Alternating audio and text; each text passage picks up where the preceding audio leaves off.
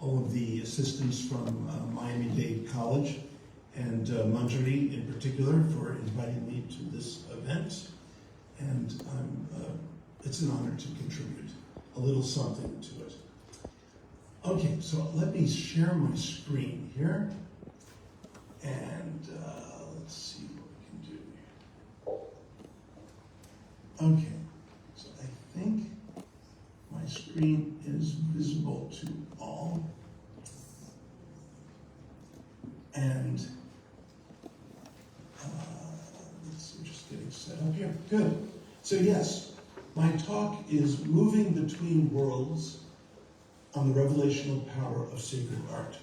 And what I thought I would do here is to provide some background, some religious context of the tradition on which we're focusing today, and provide some tools for understanding and appreciating the nature of symbol, metaphor, even metonym, and so on, and to kind of give some, like I said, tools for appreciating what's to come in the next 3 sessions.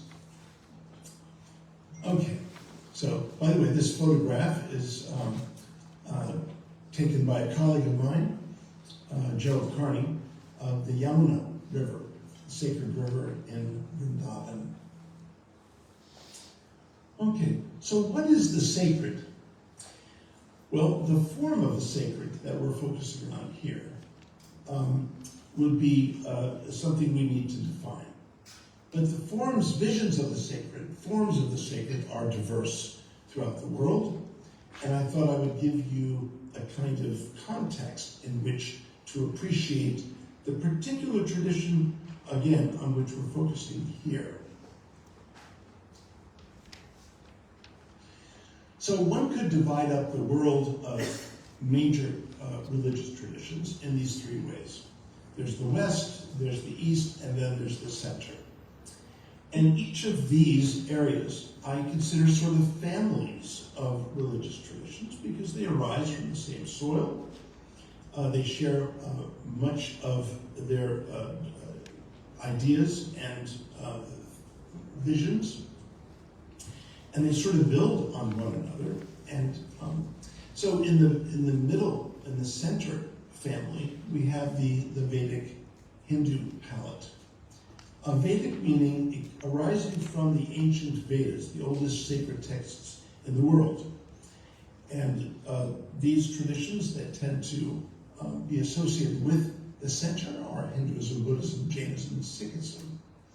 As we find in the West, a family of traditions of Judaism, Christianity, and Islam. We can even add Zoroastrianism as well. And then in the East, Confucianism, Taoism, and Shinto. So we're focusing on an indigenous tradition arising from ancient India.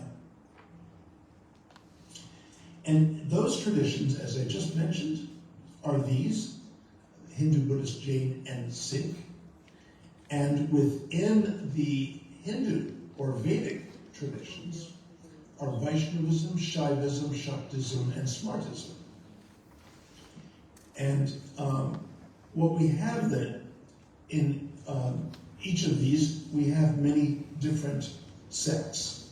We've got Vaishnavism, those traditions that are centered upon the deity of Vishnu, or Krishna, or Radha and Krishna. And you can see these 5 major traditions. Then we have with Shaivism, those traditions that are centered upon the deity of Shiva, and those that, and then the traditions of Shaktism. But we're focusing on, we have some interference here? Okay, anyway, so we're focusing on a particular tradition within the Vaishnava traditions family. And so the traditions associated with the personage of Chaitanya of the 16th century. And those traditions, of course, all focus on the deity of Vishnu and Krishna in different ways, but Chaitanya focuses on the tradition of Radha and Krishna. So he appears toward the middle of the 16th century.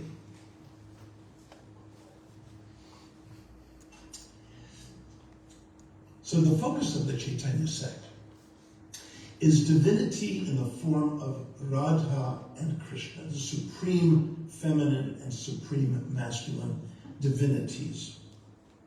God is not an it, God is not merely a he or not merely a she, but God is considered a supreme divinity of both masculine and feminine forms.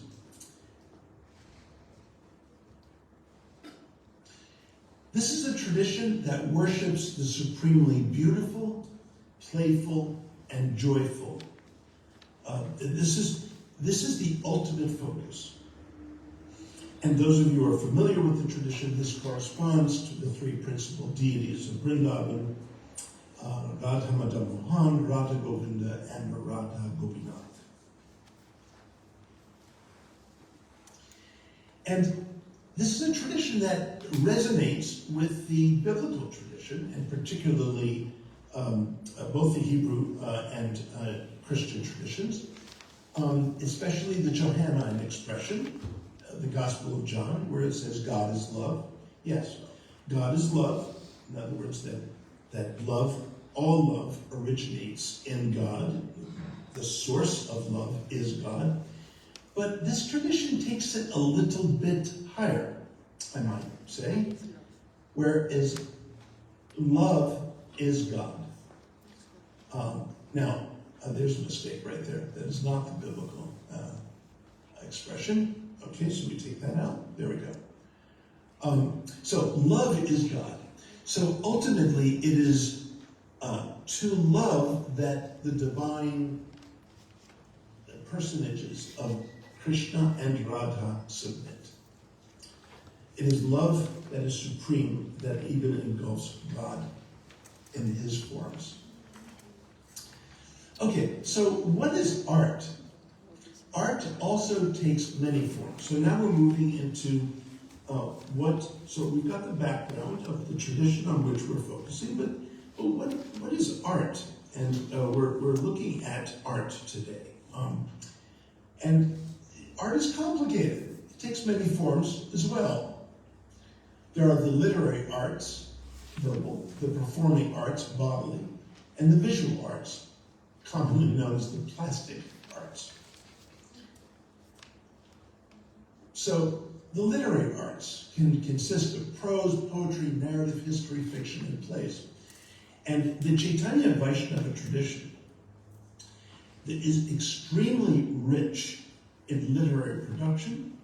It focuses heavily on sacred texts and commentarial traditions, or creating a commentarial, very powerful and strong commentarial tradition, focusing on the ancient Sanskrit texts, and itself has produced much poetry and drama.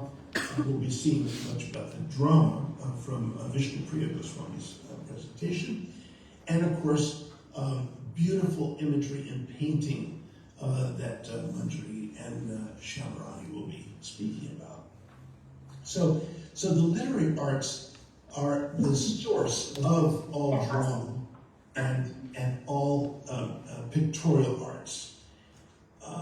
And in the Chaitanya Vaishnava tradition, this is an extremely rich artistic and cultural tradition, as we will be seeing today.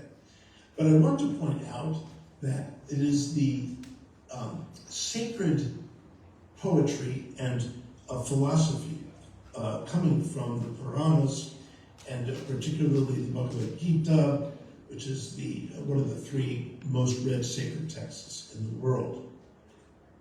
Now, of course, the performing arts, drama, music, and dance. Again, let me emphasize, the Chaitanya Vaishnava tradition really focuses heavily on these arts.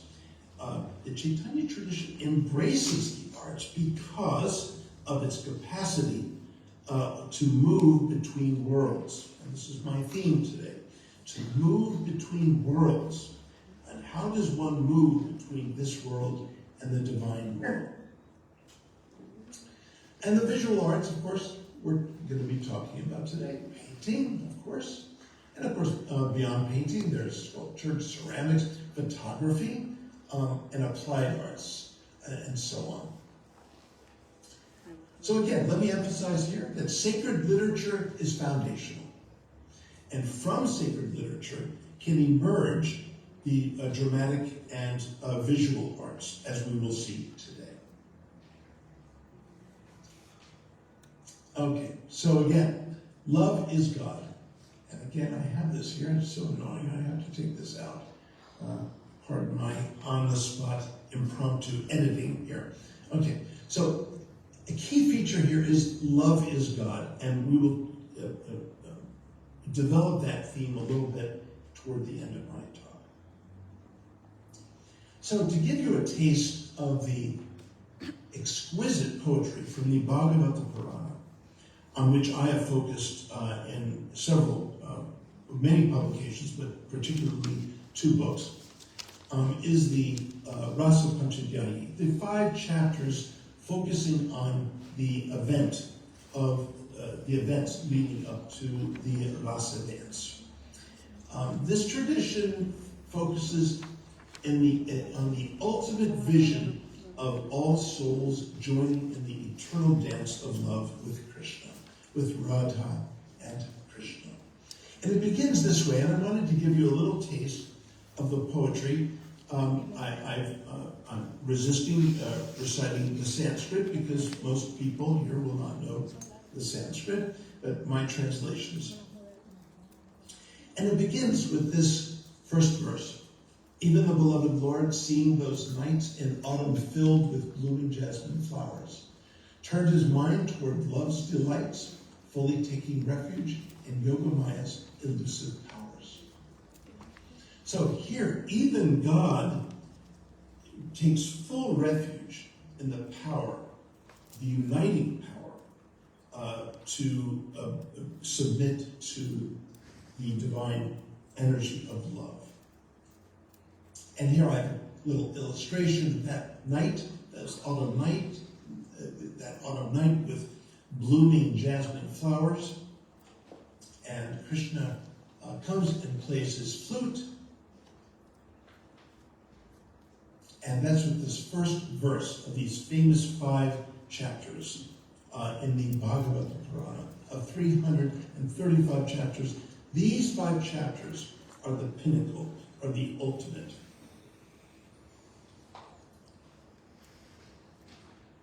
So, divinity passionately loves souls, being himself conquered by love. Divinity passionately loves souls, giving himself completely over to the power of love, Yogamaya. So that's what this is about. Okay, let me see. Again, a taste of some of the verses following that first verse. Then the moon, king among stars, arose, spreading soothing reddish rays over the face of the eastern horizon, dispelling the sorrow from those who looked on, as a lover caresses his beloved's blushed face, consoling her after long separation. So all poetry, all exquisite poetry, for which this passage is well known, uses metaphor. And here the metaphor is as a lover touches the face of his beloved and causes that face to blush. So the moon touching the horizon causes the horizon to blush reddish rays. What an image.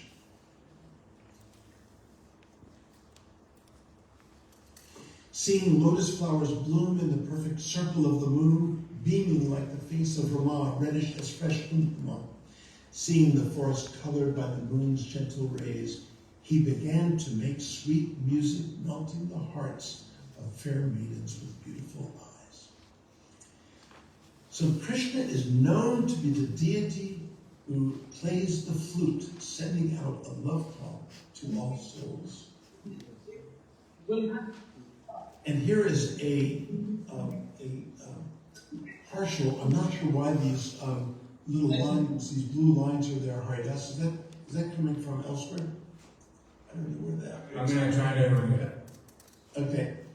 Anyway, this is a portion of a painting that Shimarani painted a long time ago. I believe it's in the early 1970s.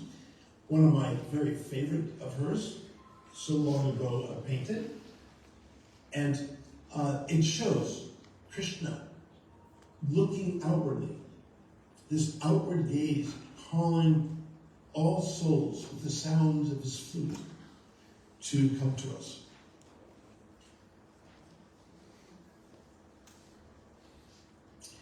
Okay, now let's shift to pictorial art and painting.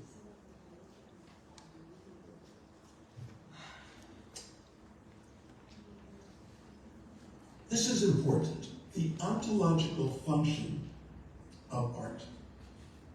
Now, ontological is a fancy word, which basically means the very being, the essential, irreducible being of something. So the ontological function of art is simply this. It extends the presence of that which is absent. It almost sounds like stating the obvious, but it's something to be looked at more carefully. Art extends the presence of that which is absent. When we hear a beautiful piece of music, we suddenly are filled with feelings and emotions that resonate with something that we have experienced in relation to a beloved object. When we see a painting or a picture of a beloved object, again, our heart wells up with emotion and feeling. Moving between worlds has to do with bringing a part of this world by using a medium from this world to us in our world. So this would be regular, conventional art, which is very powerful. Everything from Rembrandt to Monet to Rubens to Van Gogh. There are countless numbers of amazing artists in the West. Well, there are amazing number of artists also in India that again will utilize the ontological function of the and power of the painting or the picture, the pictorial. So worldly art has to do with extending one part of this world to another part of this world. Let me give you an example. Here is Mount Everest. Let us all pretend that we are actually at the mountain, okay? Maybe some of you actually have been to Mount Everest. I cannot say that I have. But here's Mount Everest. So let's just say we're here, and we're not going to climb Mount Everest, but we're here looking up at the mountain. And then we decide to take a picture. You see the camera, the picture, so you see the camera has isolated a portion of the mountain. So again, ontological function of a picture is to extend the presence of that which is absent, and clearly that's what's going on here. So I have framed in this black box outline the part of the mountain we are kind of extending through digital photography. So we take that picture and it becomes, a digital print.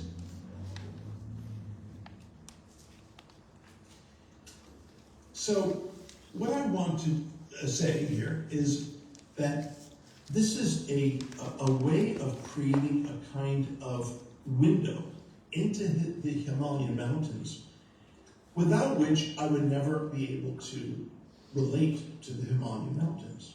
The only way I know about the Himalayan mountains is not by having gone there, but by a picture which has extended the presence of that which had normally remained totally absent and now has become present by virtue of photography. So I just want to mention what symbol is, metaphor is, and metonym, because these are different ways of bringing worlds together. And while these are very complex subject matters, I want to just try to simplify it. Symbol puts something of this world together to stand for or represent something of the sacred world. So a symbol, the word symboleo means in Greek, to throw something together. We have symbols of this world. We have things that we even, everyday things. When I get a cut on my elbow, I hear people suddenly ask me, do you want a Band-Aid? Actually, it's a bandage. Band-Aid is the name of a company. But suddenly the name of that company has become the sort of symbol of bandaging something up. So there are mundane commercial symbols. There are symbols of all kinds. There's the American flag, which is a symbol of freedom as we know it, our version of freedom, I guess, over here in America. A symbol of free speech, which I hope is still going to be sustained, and so on and so forth. So the American flag has a very particular, it's more than just stars and stripes. It's more than just a bunch of geometric figures put together. It's a meaningful and powerful symbol that stands for what America is supposed to be all about. Whereas metaphor stands for something identified as common between this world and the sacred world. So metaphor, let me demonstrate quickly. If I went to lunch, and so, yeah. I don't know if you received my message, but time is up for your presentation. Would you be able to wrap it up? I can wrap it up, yeah. So basically, a metaphor is something that finds something in common with that which is represented. And then what we have eventually is an understanding that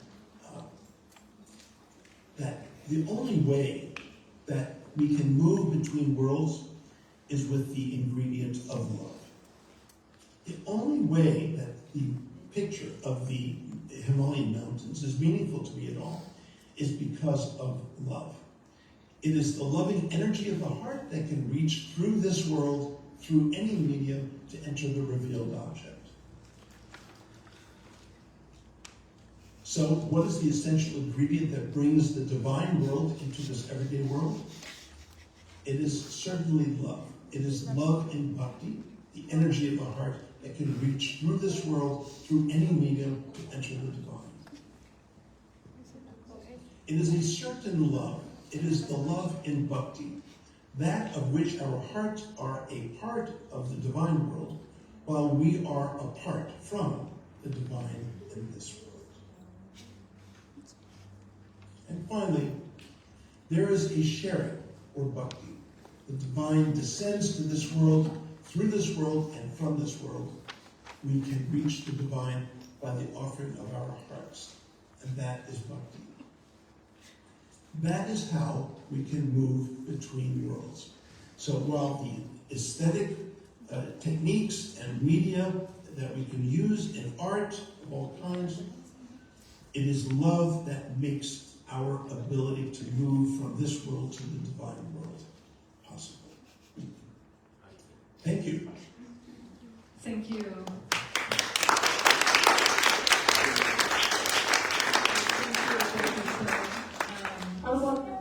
For explaining the sacred. It's a complex topic, and making it palpable, or making it, giving us a better understanding of the concepts.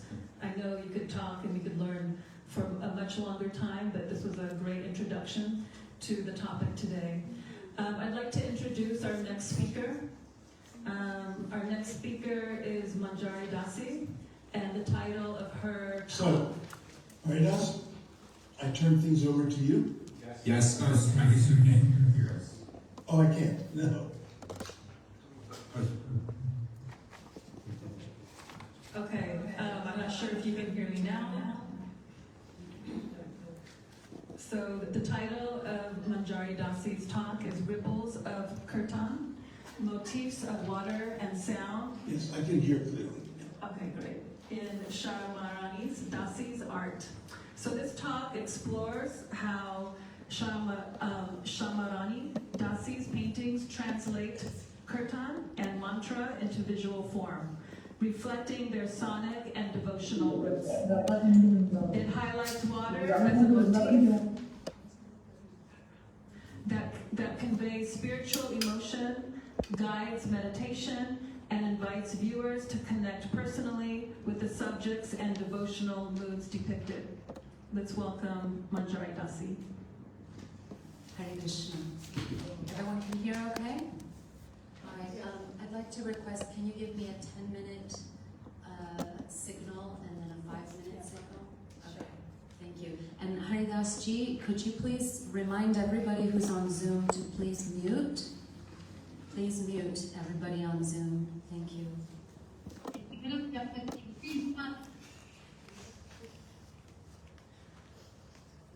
Are we good, Haridas? So, first of all, greetings. You can hear me okay? All right. I'd especially like to extend my gratitude to Professor Thompson for being the instigator behind making this entire event and exhibition possible. If you haven't seen the exhibition yet, please do. Mantra and Melody, your beautiful exhibition artwork. Especially my gratitude to our esteemed speakers sharing their wisdom today, and especially my mentor, Shamarani Didi, who's here and will speak at the end of the session today. And to all of you who came to support this important conversation about sacred art. Why is it important? Because sacred art can change our life and can change the world. And that is what is evidenced in the work, the life and work of Shamarani Didi. So first of all, I'd like to begin with a brief background, a little bit about Shamarani, and then explore how sacred sound and kirtan are woven within her art. And then from there, I want to focus on one motif in particular, that is water, and see some examples of how it appears and flows throughout her artwork. So Shamarani Didi, as I call her, Didi is an honorific and affectionate way of saying elder sister. So I call her as Shamarani Didi. So her spiritual and artistic journey began with a powerful sound. And this sound was a vibration. It was a beat, as we heard in the beginning of our program today. The drums, the cymbals, and it was 1966. She was 19 years old in New York City, walking through Tompkins Square Park, and she heard this beat, the drum, the vibration. And she followed that sound, and she was just like an ordinary, until that moment, she seemed to be an ordinary teenager protesting the Vietnam War, hanging out at cafes with her friends, like all her peers at that time. But everything changed that afternoon when she heard that sound, that vibration. She followed it and saw an Indian Swami, guru, sitting under a tall elm tree, chanting this Maha Mantra, Hare Krishna, Krishna Krishna, Hare Hare, Hare Ram, Ram Ram, Hare Hare. So she felt an instant connection and started visiting his first temple at that time, hearing his teachings and hearing more of the chanting and the kirtan, hearing the philosophy. And in just a few weeks, her entire life changed like a whirlwind. And she became fully engaged in the practices of Bhakti yoga and creating sacred art. From the beginning, this was her service, devotional service. So, just like sound vibration in kirtan or chanting, or any music really, but especially kirtan because it's music that's meant to awaken the soul, wake up the consciousness and the soul, come out of ignorance. So just like sound vibration can awaken the soul, a painting that is created in service to that mission, So the kirtan, sacred sound, vibration, mission, that painting also becomes a visual form of kirtan with the same power to awaken or stir something in the heart. It's like a remembrance. It's ancient, but it's known. Familiar, but ancient.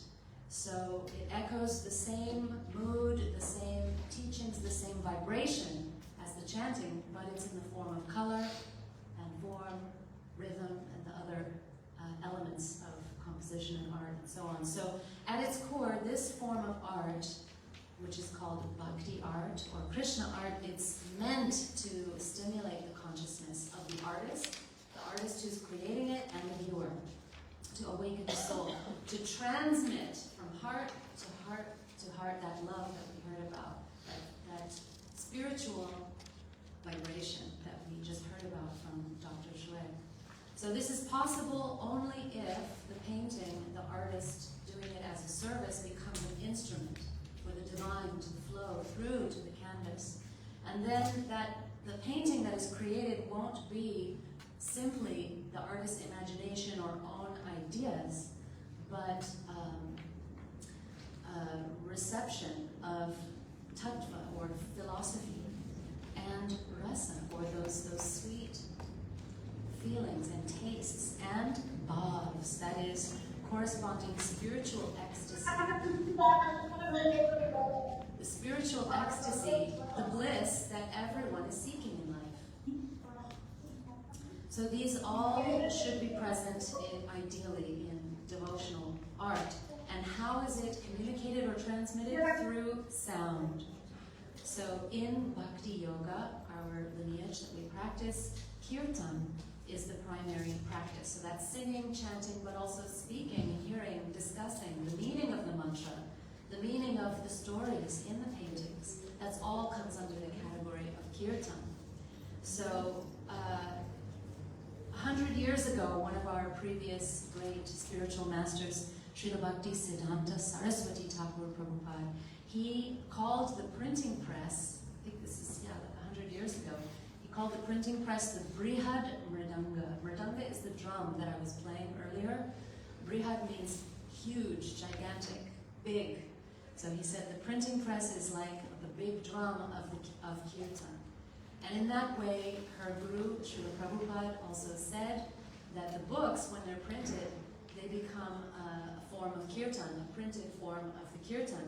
Likewise, in a letter that he wrote to her and other artists who were painting for his books, he said, when the artist is painting the sacred images, the paintings for the books, that is an act of worship or prayer. And when the painting is completed and printed in the books or as posters and then distributed, that becomes a visual form of kirtan. So to illustrate how this connection, there's an interaction between the mantras or the songs and the paintings. Once somebody asked her guru, Srila Prabhupada, how can I paint like Jadurani? That's another name that she goes by, Jadurani and Shamarani. And he replied, oh, I have taught her to paint by Hare Krishna, Krishna Krishna, Hare Hare, Hare Ram, Ram Ram, Hare Hare. In other words, through the mantra, through the practice, through deep meditation and devoting one's life, in this way she has been able to paint. So every step of the process, from creating the art, distributing the art, publishing the art, worshipping it in a temple or in homes, many people have the paintings in their homes, it is all infused with these beautiful kirtans. Her works, the paintings, are so linked, as Dr. Shui was explaining, that the literature is very essential in understanding the art, actually. I mean, we have an initial emotional and spiritual experience with the art, but to really understand it and go deep, we'll have to go to the literary roots of the poetry. And we say literary, but really this is an oral tradition, so it's mantras and verses of poems, as Dr. Shui was presenting.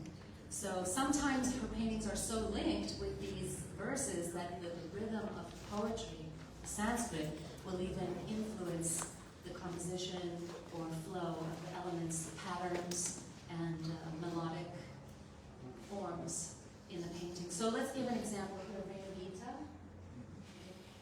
So let's get a taste of some of the poetry connected with her paintings. This Venu Gita is the song of Krishna's flute.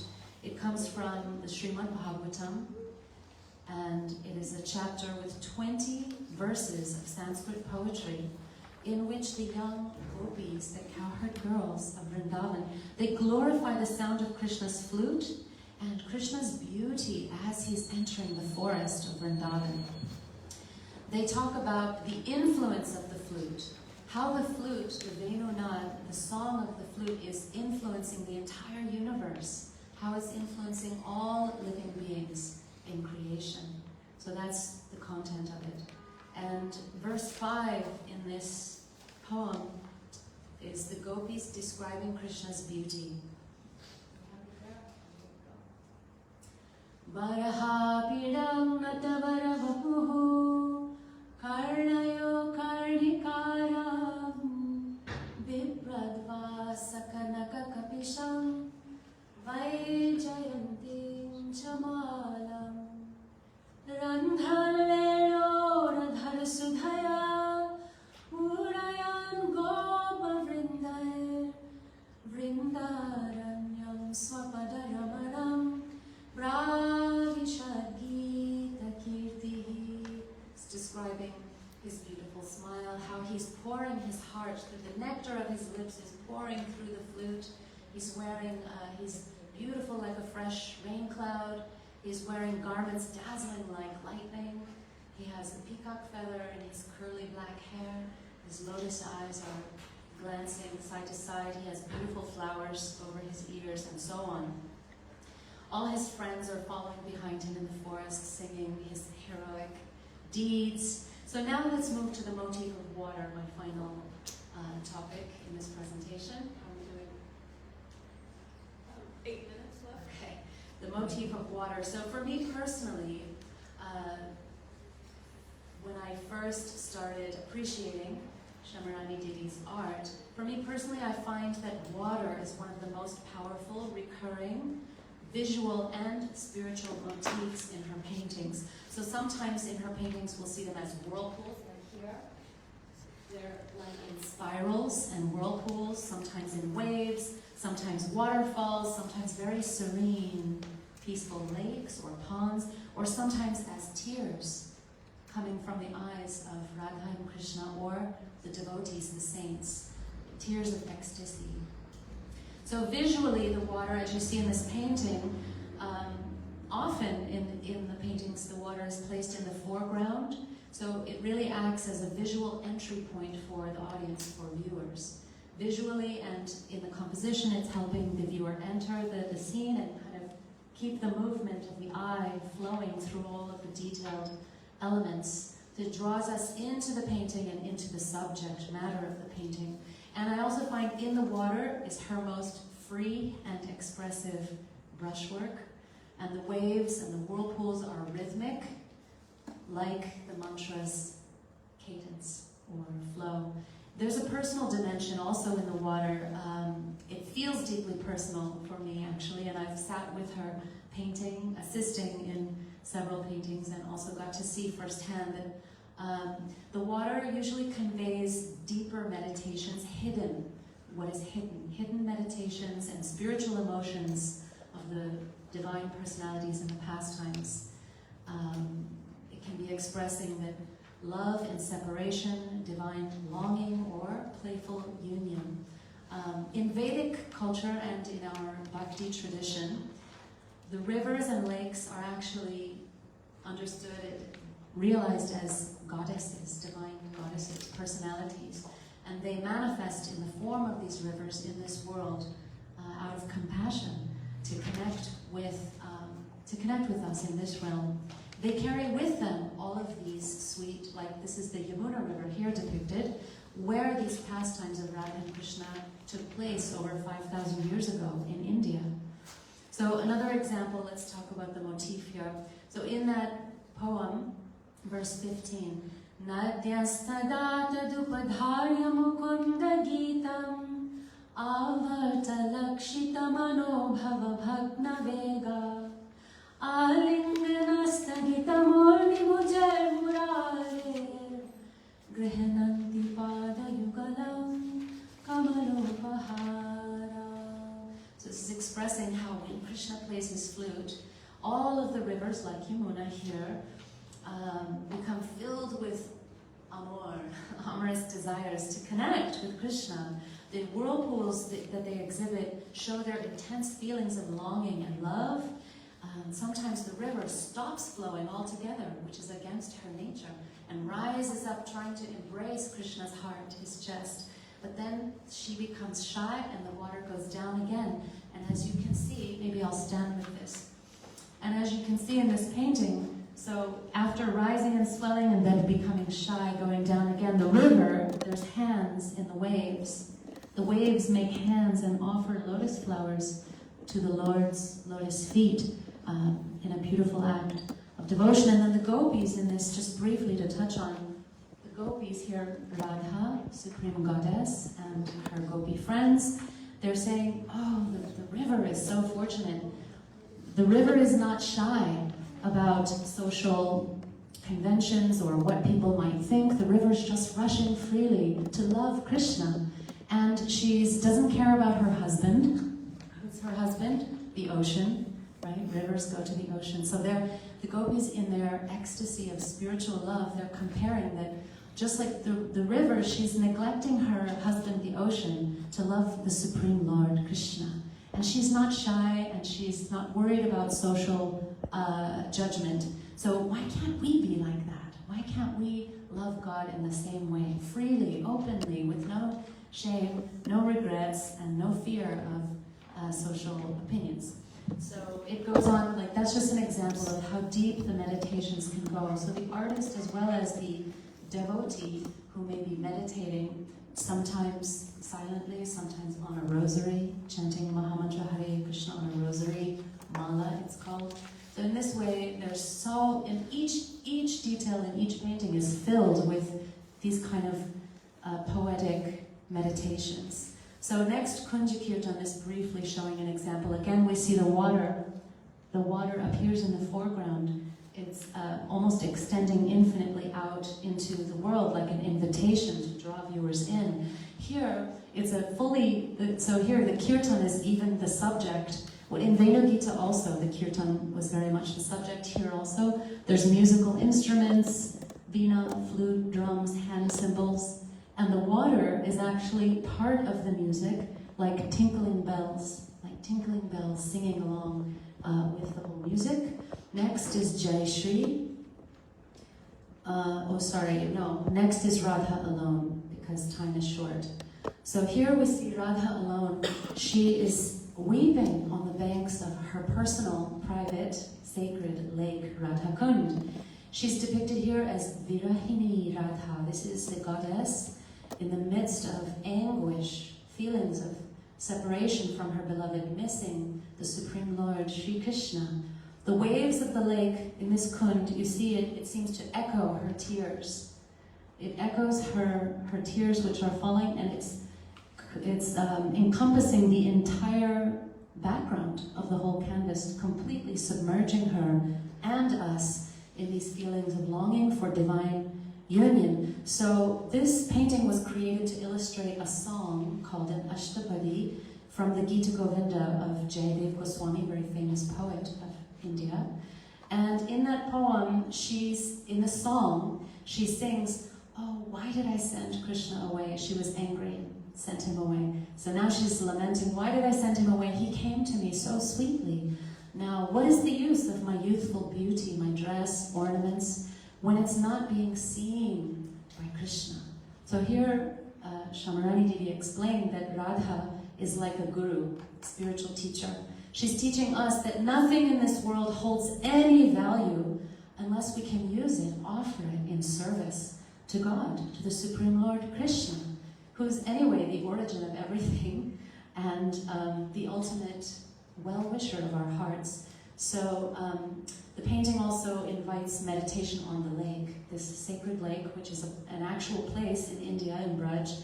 And there's a prayer that I'll end with for this painting. He Shri Sarovar Sada Tvaisa Madisha Prashtena Sarghami Hakelati Kamarangai Tvam Chet Priyat Priyamadi Vatayoritima Hadarshayadya Kripaya Mama Jivitam Tam. So this is a prayer to the lake, which is as I said, in Vedic culture, the lakes and rivers are all goddesses. So the lake is the water form of Sri Radha. So here the devotee prays to the lake, O Radha Kund. All of these very beautiful pastimes of the Lord, which don't happen anywhere else except on your banks, please let me behold a divine vision of the sweet pastimes of Radha and Krishna. So it's a prayer for service of the divine couple and a prayer to enter into this divine consciousness. So in conclusion, I think we had a few more, but time is done.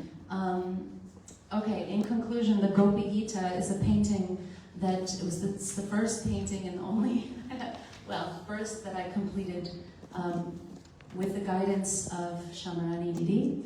And there was one moment I want to share when I was doing this painting to close with.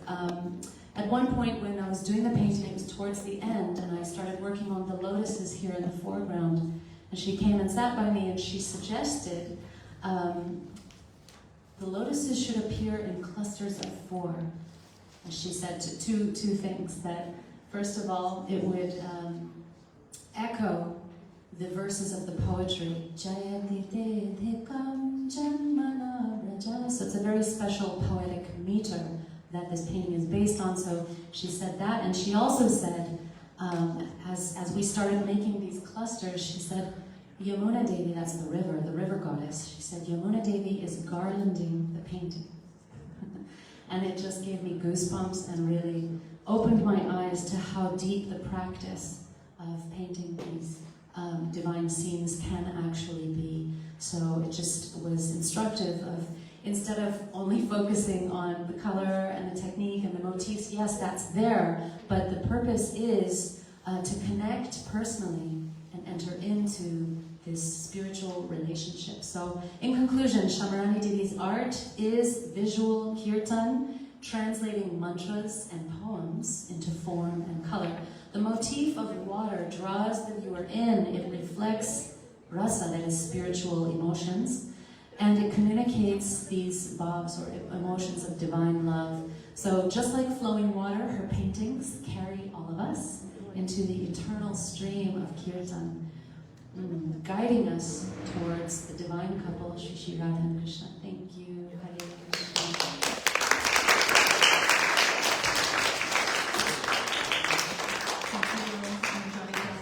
For helping us understand the beautiful paintings and the connection between art and our spiritual being.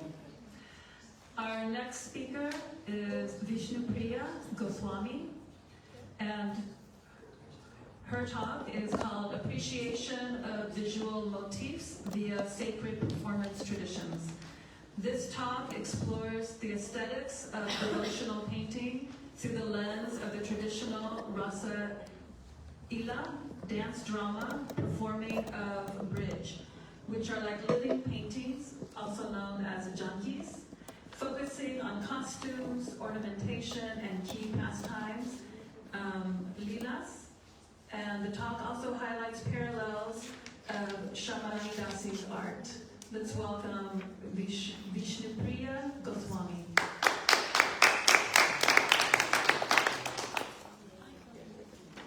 Radhe Radhe from Vrindavan, and good morning everyone. Unfortunately, the Wi-Fi has been cut off in Vrindavan.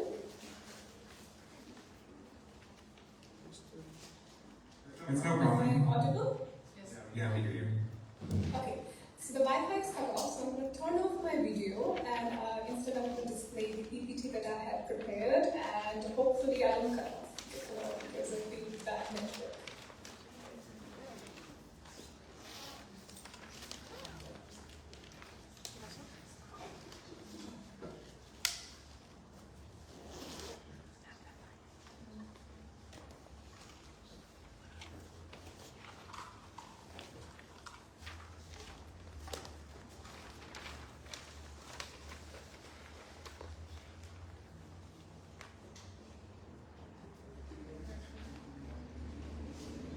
Is my presentation visible to everyone? Yes.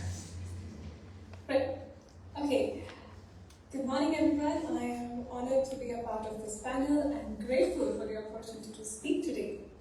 Paintings bring out the beauty of body, and ras makes the experience of this. I am excited to explore how Ras Leela, subtleties, and spiritual depth come alive in the paintings of Trevor and Elite today. But let's start with Ras Leela. What is Ras Leela?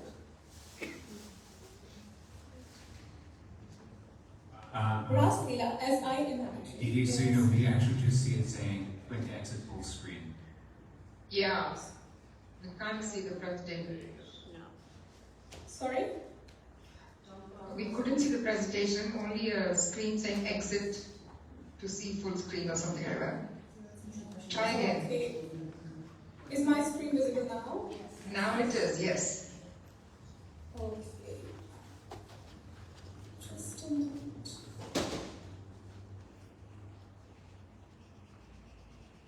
Is it okay? No, now we see a dialog saying audience window. Okay. Now it is, yes. Okay. Oh, Go ahead. Good. Okay, so Ras Leela, as I perceive, is where soulful drupal, which is a form of music, graceful movements, poetic Braj Bhasha, which is Old Hindi, and eternal bhav, emotions form a mandala, circle, flowing like a stream of Rasa Yamuna. What is Ras Leela actually? Etymologically, Ras Leela is a conjunction of Ras, that is exalt, and Leela, play. However, Ras Leela is translated as dance play. The Puranas coupled these two terminologies and established their connection with Radha, Krishna, and Gopis. Ras Leela is understood in popular tradition by two lenses. So, the first lens is the scriptural tradition, which is based on the Bhagavad Puran, where the Gopis reenact Krishna's Leela in his memory, expressing divine longing and devotion. Second is the visual culture, visible in paintings, with Radha and Krishna at the center of a dancing circle of gopis, symbolizing sacred joy. These two traditions are actually combined into one in Ras Leela, where Krishna's Leela enactment, described in Bhagavad Puran, which is perceived as the Prakat Leela, the revealed Leela, can be seen and experienced on stage. And the paintings symbolize the Aprakat Leela, which is not visible to the human eye. And when they come together, we have Ras Leela. So Ras Leela is actually Prakat Leela, like the Vikraya. It is free from the boundaries of time and so on, but through the inherent impulse of the Swarupa Shakti of Bhagavan, God. It has beginning and an end, consists of a mixture of phenomenal and unphenomenal objects, and it is characterized by events such as this one. Historically, this performance in Braj is 500 years old. It has been evolving ever since due to its inclusive nature and theatrical elements like instruments, costumes, staging, language, and technology. Ras Leela is enriched with Braj Bhasha's literary corpus, and Bhakti, which define its aesthetics, catering to a wide audience. Ras Leela, popular dance drama of the Hindi-speaking belt of Uttar Pradesh. Its literature is primarily drawn from the Puranas, but then during the Bhakti movement in the 16th century, it deeply transformed to the Raga Bhakti.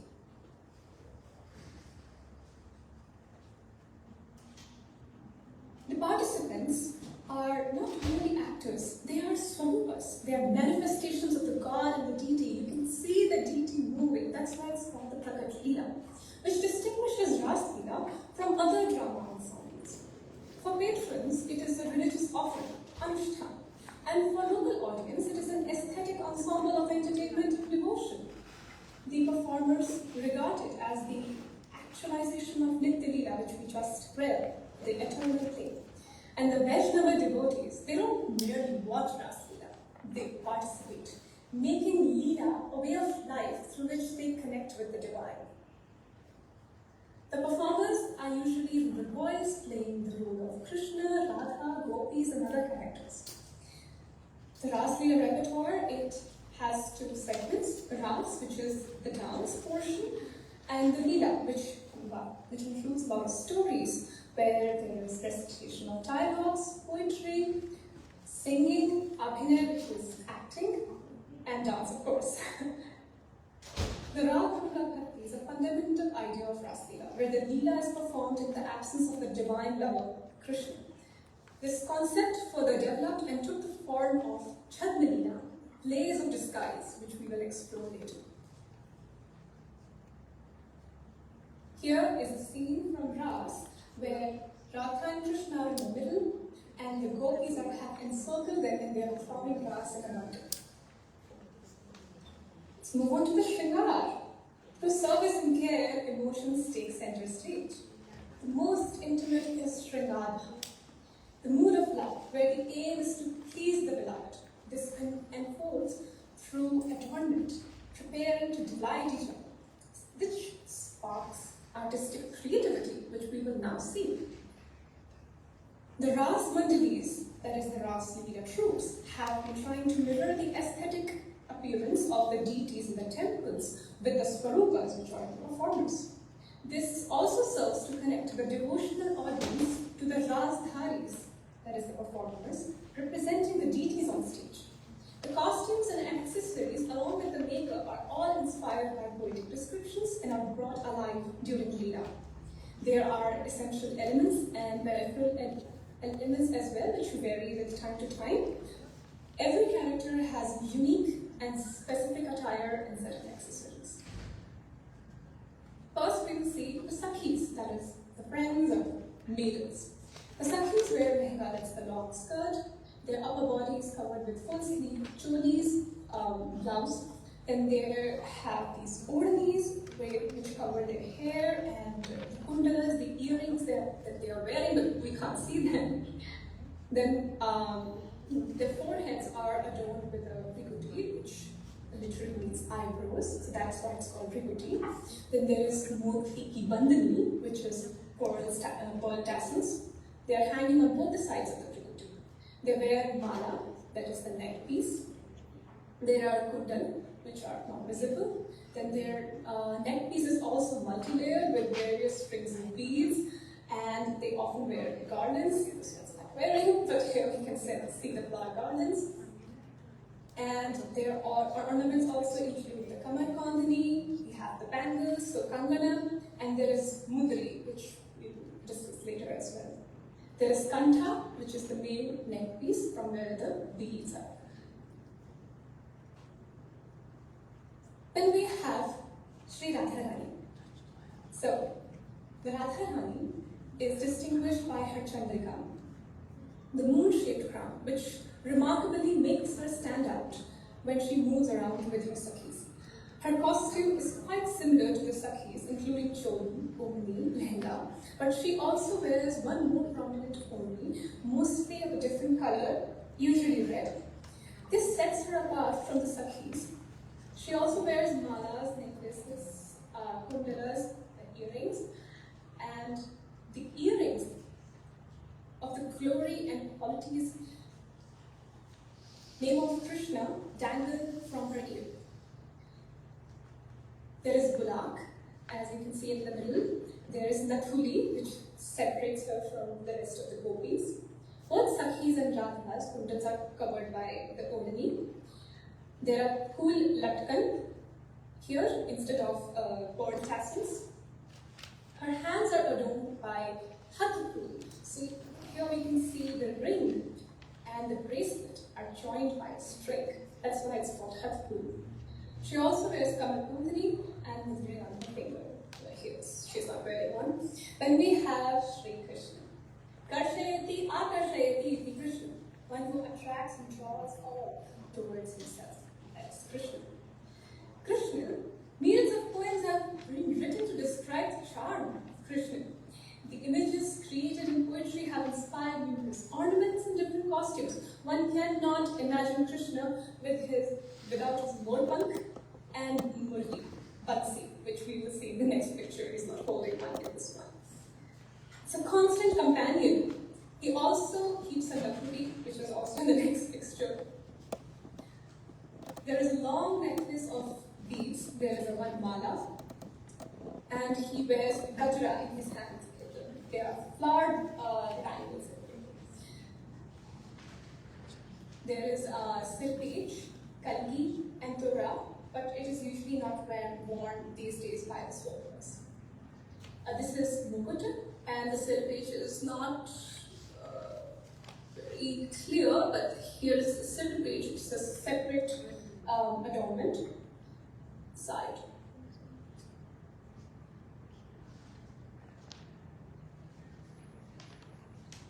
Krishna wears dhoti, it's the bottom drape, and a bagalbandi. This is the bagalbandi. He also wears katkachni in this one, and pajama. He also wears ghungroos, which are covered in both these attires. There's Kali Kamariya, which belongs to Radha, and it has been sought from her as the protective gear to ward off evil. This one. There are variations of Krishna's mukut, and we can see here it is. Did I skip it? Oh, yeah. There are variations. There is also Brajratan, which I think I've forgotten to add in this one, but let's move on. Balram's attire, who is the Krishna's brother, is also similar to Krishna, but how to distinguish? Well, Balram will always wear something blue when he's with Krishna, so you can see a blue dupatta here, and here it's a slightly more bluish dhoti.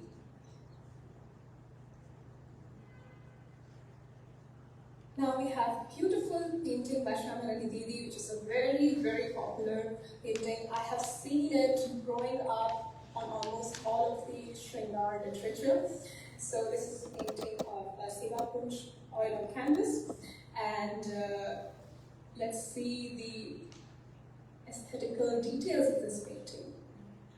So we have Krishna wearing mukut here. There is kirat or silpage. I am not sure whether it is that, but I figured that there is no silpage other than that, so this could be. There is Motank, Moti ki bandhani, just typed very differently. Then in Raskina, there is Bulak, which is the center pearl. Har, Kantha, just like a choker in a way, or short neck piece. Kul ki bandhani on the side, as you can see here. There is Kundala. There is Pauchi. Pauchi is anything that is worn above the bangle, so it can be worn here, it can be worn here. And there is Bajubandi. There is one mala, and a very famous line, Nilambar Dhararada, Pitambar Dhari. So here, Pitambar is worn by Krishna, which signifies Adbhuta Rasa according to Natya Shastra, and the Neela is worn by Radha. She's wearing a nathuli, and you can see her hair is curly, which we see in Pushpatas Kaviraj's description, Govinda Lilamrit, who is the fountainhead of love of Krishna. Only one Srimati Radharani, who is beloved of him, none other than Radhika, who possesses incomparable qualities. Her hair is curled, there is restlessness in her glance. Here her glance is called Sanchi in performative traditions, which is to look inside. It's a beautiful expression that the dancers use when they are performing Shringar Abhinay. Now we will explore the Chadma Leela, which are in great detail portrayed in Shyamalali's work. So Chadma Leela in Ras Leela, there are multiple of these repertoires. There is Gorekwa, Manihai, Mudariya Choli, Jogini, Gunijan, Nauka Leela, Panikhat Leela, Man Leela. So we have Krishna here as a boatsman, disguised as a boatsman. So here it's Nauka Leela, you see.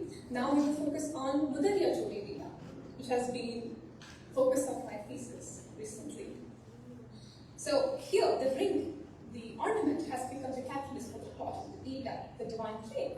Radha actually wishes to dance from Krishna, and Krishna, he wants to secure another meeting with Radha, so he steals the ring. And then his plan sort of backfires. fires because he's caught by the gopis and later robbed by the gopis along with Radha.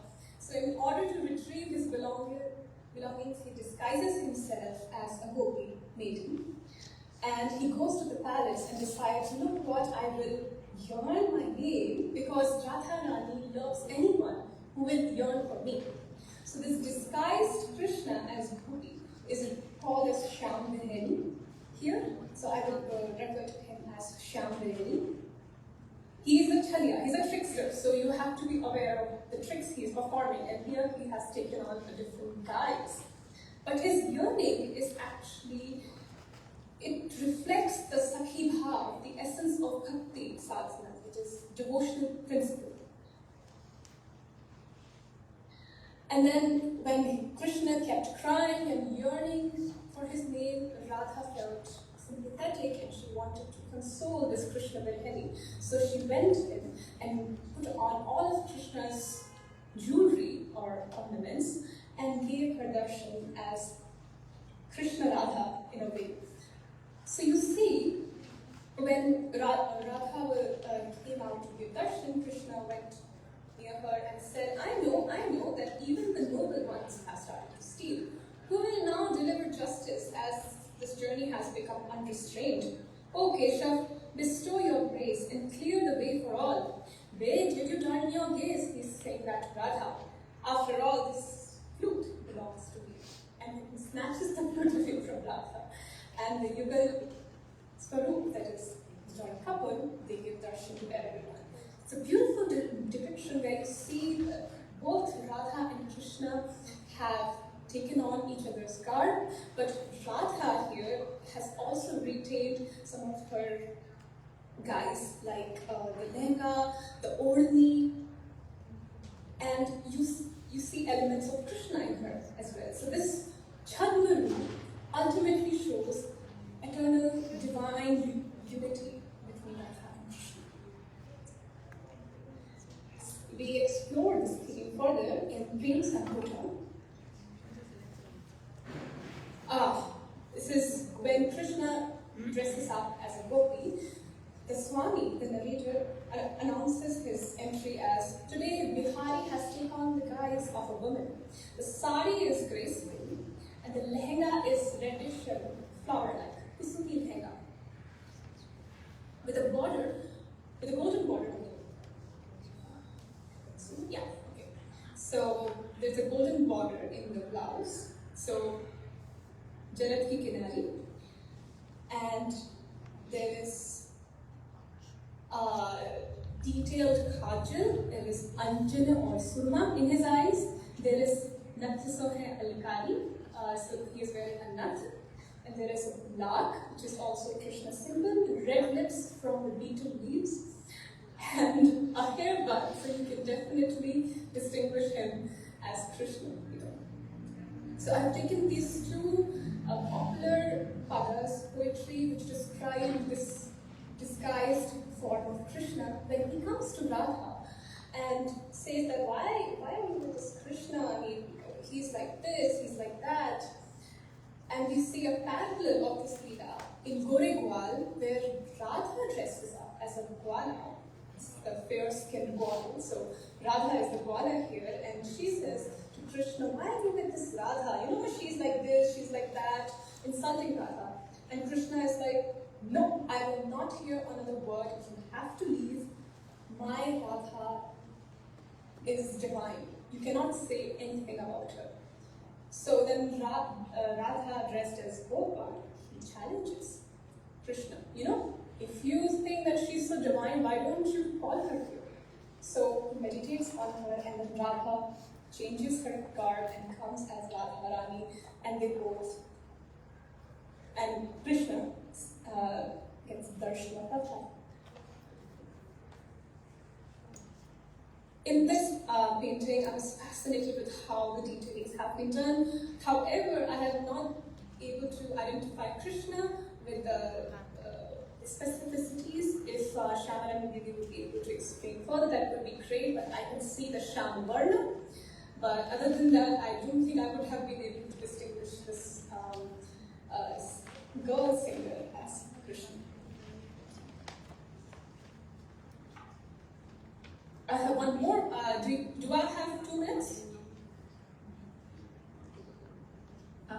Yes. Am I audible? It's past 20 minutes.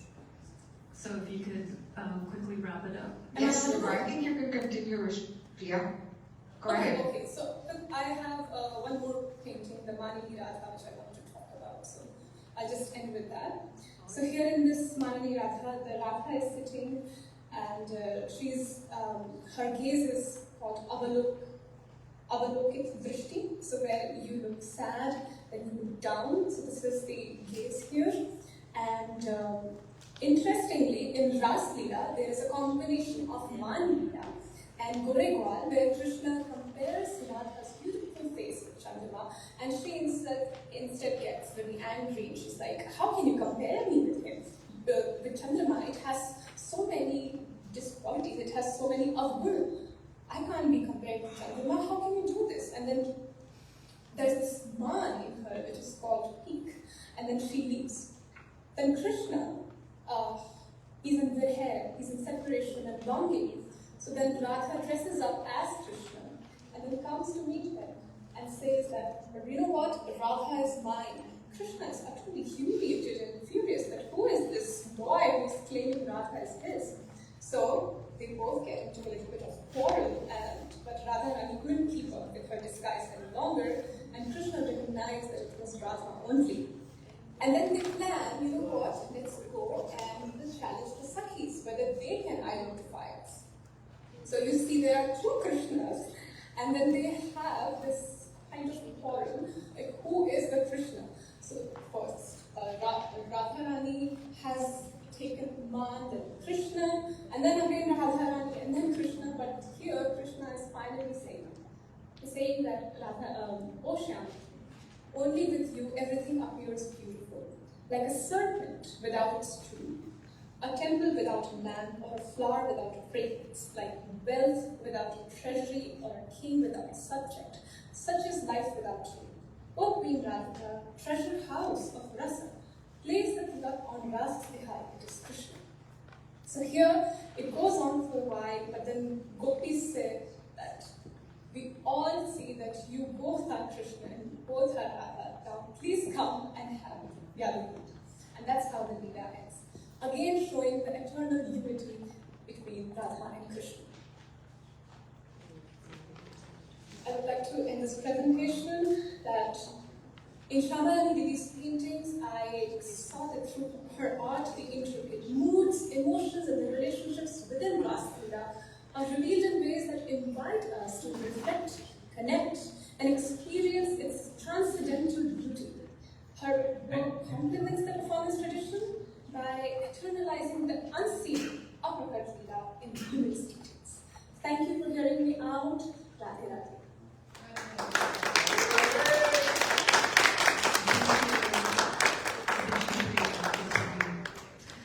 Our last speaker is really the center of our presentations and our Did my events. presentation stop? Yes. Great.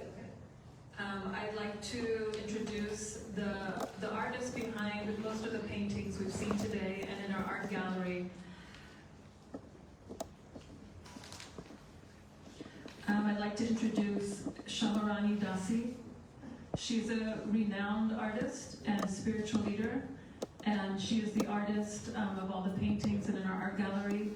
I realize that some of my students, my class ends at 11:50, but I hope you can stay after our last presentation. We do have some snacks and treats for you. Full lunch, so I hope you can stay. But let me introduce the talk. It's called The Visual Language of Devotion, Symbolism in Bhakti Art. Shamarani Dasi explores the deeper meaning of recurring motifs in her paintings, including nature, flowers, animals, colors, divinity, and spiritual relationships. Through these symbols, she conveys philosophical concepts, illuminating the devotional essence of her art and its expression of transcendental reality. Let's please welcome Shamarani Dasi.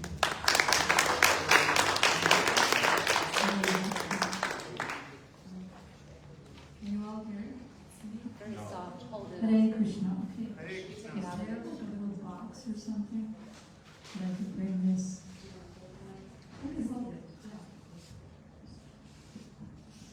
I think we can hear from the table. But very extremely soft voice. Okay, so this one will be better. So I'm very happy to see you all. You're so extremely lucky to have Professor Thompson as your professor. She's bringing you to higher heights in consciousness and awareness. So I want to begin by extending my appreciation to the previous speakers. And I'm only making it short because I only have 20 minutes, otherwise I could go on for an hour appreciating them. So Dr. Shui took us from total all religious thoughts to his own presentation of Chaitanya Vaishnavism.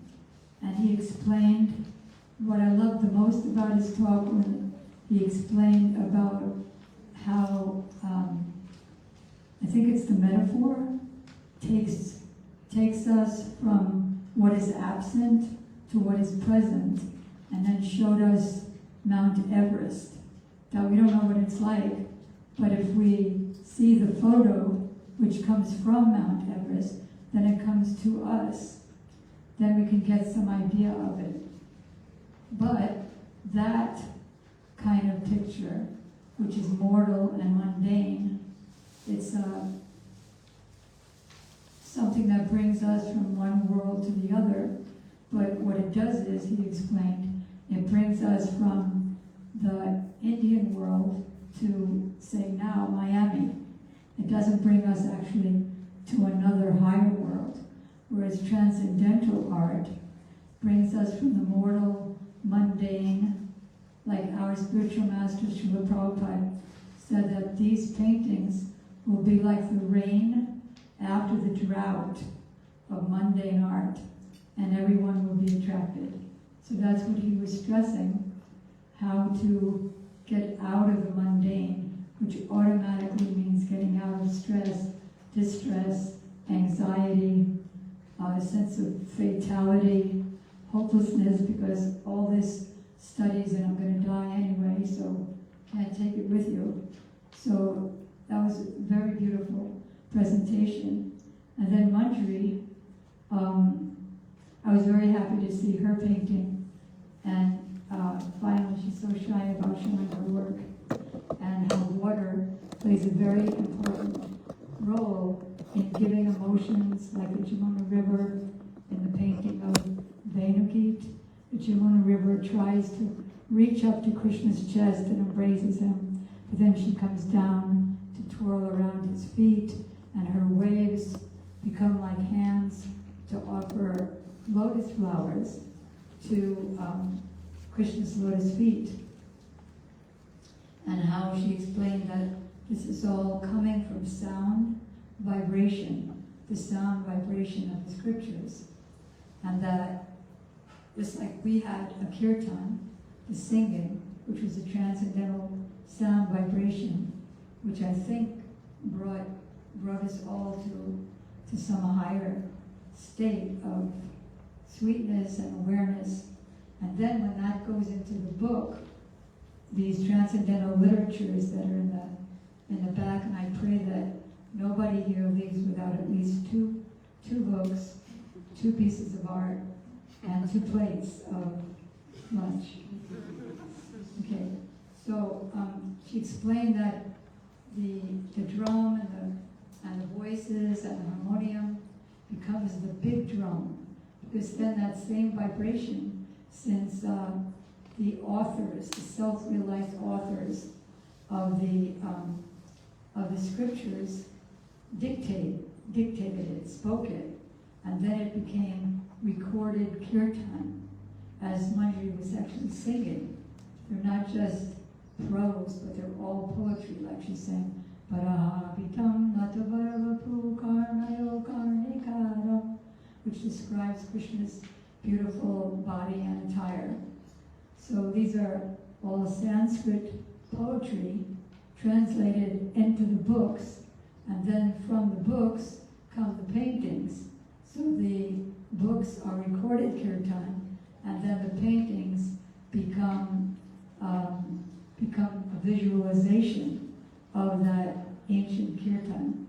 It's all for the same purpose of elevating our soul, touching our heart, bringing us to actually self-realization. But I'm not going to get into that right now, but you can read about it in the books and talk about it with the devotees. Hopefully you'll make some friends of the devotees and then exchange numbers and then be able to continue your conversations and Q&As.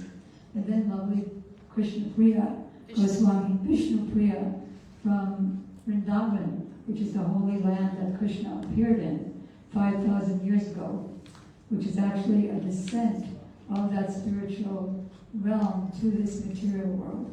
So she very beautifully explained, of course, the old Sanskrit words, the nose ring, the earring, the crown, the dress, the ankle bells, and she gave us all the Sanskrit words just so that you can appreciate that it's not something we made up in the paintings, not something that the actors made up in their dramas, but are actually coming from ancient times, authorized, coming self-realized guru to disciple, to self-realized guru to disciple. So everything was very wonderful, and as I said, I could go on glorifying them. But I was requested to speak about motifs. As you know, motifs means a repeated concept or image, thought, or ornament in the painting. So I'm going to speak about rasas or relationships with Krishna. That's one constant motif. All the paintings are about relationships with Krishna, which there are 5. That is, one is neutral, like you have a relationship with the President of America, whether it's favorable or not favorable, but you don't know him, but you have some concepts of him, or some hero of yours that you appreciate but you never met. And so you have a lovely relationship that's called neutral. You can just appreciate the greatness. And then there's friendship, where you know the person and you're really friendly with him, and his greatness becomes minimized to you because you're just friends. And then there's parental, like a mother and a son for Krishna, and that's even more deep and intimate and close. And I forgot one, which is servant and master, where you know him, you serve him, but he's very high. And then as we get through the relationships, they get less and less separated between I'm so low and he's so high, and it becomes more and more intimate. The highest of which is conjugal love, as you've heard about a lot in the previous 3 speakers. That is the gopis, the beloveds of Krishna. But here I think it's important because many of you are new to Krishna, that Krishna is not a mundane boyfriend and Radharani is not a mundane girlfriend, but they are, as mentioned by Vishnu Priya Goswami Ji, that they're actually one. You have one stem and 2 lotus flowers coming out of that. One is yellow, Radharani is golden, and one is blue, but they're all coming from the same stem, or they're both one soul in 2 bodies. They're really one. She is the Supreme Personality of Godhead's pleasure potency, which makes him feel unlimited pleasure. In God, you'd expect him to feel like that. She gives him his unlimited strength, unlimited beauty, unlimited mercy, and she's inside him. Just like I have some qualities, not like that, but I have some qualities and they're inside of me and they come out when I act. So they're one, but Krishna wants to enjoy pastimes of love. So she comes out of him, and then they enjoy all these pastimes, which you see in the various paintings. So the first is rasas. You're showing the different rasas. Okay, and just a disclaimer here, we want to go smoothly from one to the other all the way to the end. but we had to put the paintings in various folders, so it's easy to know this is the rasas, this is the lotus, this is the tilak, this is this, and this is that. So you'll find Haridas going from one folder to another in between. Then we have divinity. Usually in, let's say in Christian painting, you'll find the divinity, Jesus Christ, maybe his mother as well, having halos, or what we call effulgences. So Krishna has an effulgence always. Sometimes you see it bigger, sometimes you see it smaller, but it's always unlimited. But it looks smaller or bigger for the sake of the pastime. So what is that effulgence coming from Krishna? Coming from Krishna's face, it's just because he is effulgent.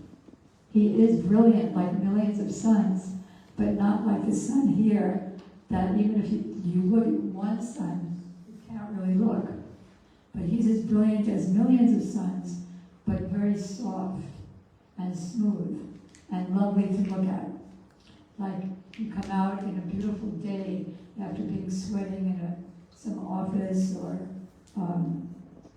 some factory, and you come out into a beautiful day. It's like that. Same thing with the color of his skin. We say that it's blue, but really there's no comparison. We say it because we have to say something, because we're using words, and we're in this mortal world. But his blue is not like the sky, not like the most beautiful sapphire. It can't be compared, but we just say it. And we'll come to that when we come to color. So Krishna's effulgence, from his lotus feet comes a whole like sky of impersonalism. That is like an atmosphere. Like the sky is not a person, but planets float in it. Similarly, in the spiritual world, coming from the toenails of Krishna is the whole spiritual world with spiritual planets that are unlimited in length and breadth, and where there's no anxiety. And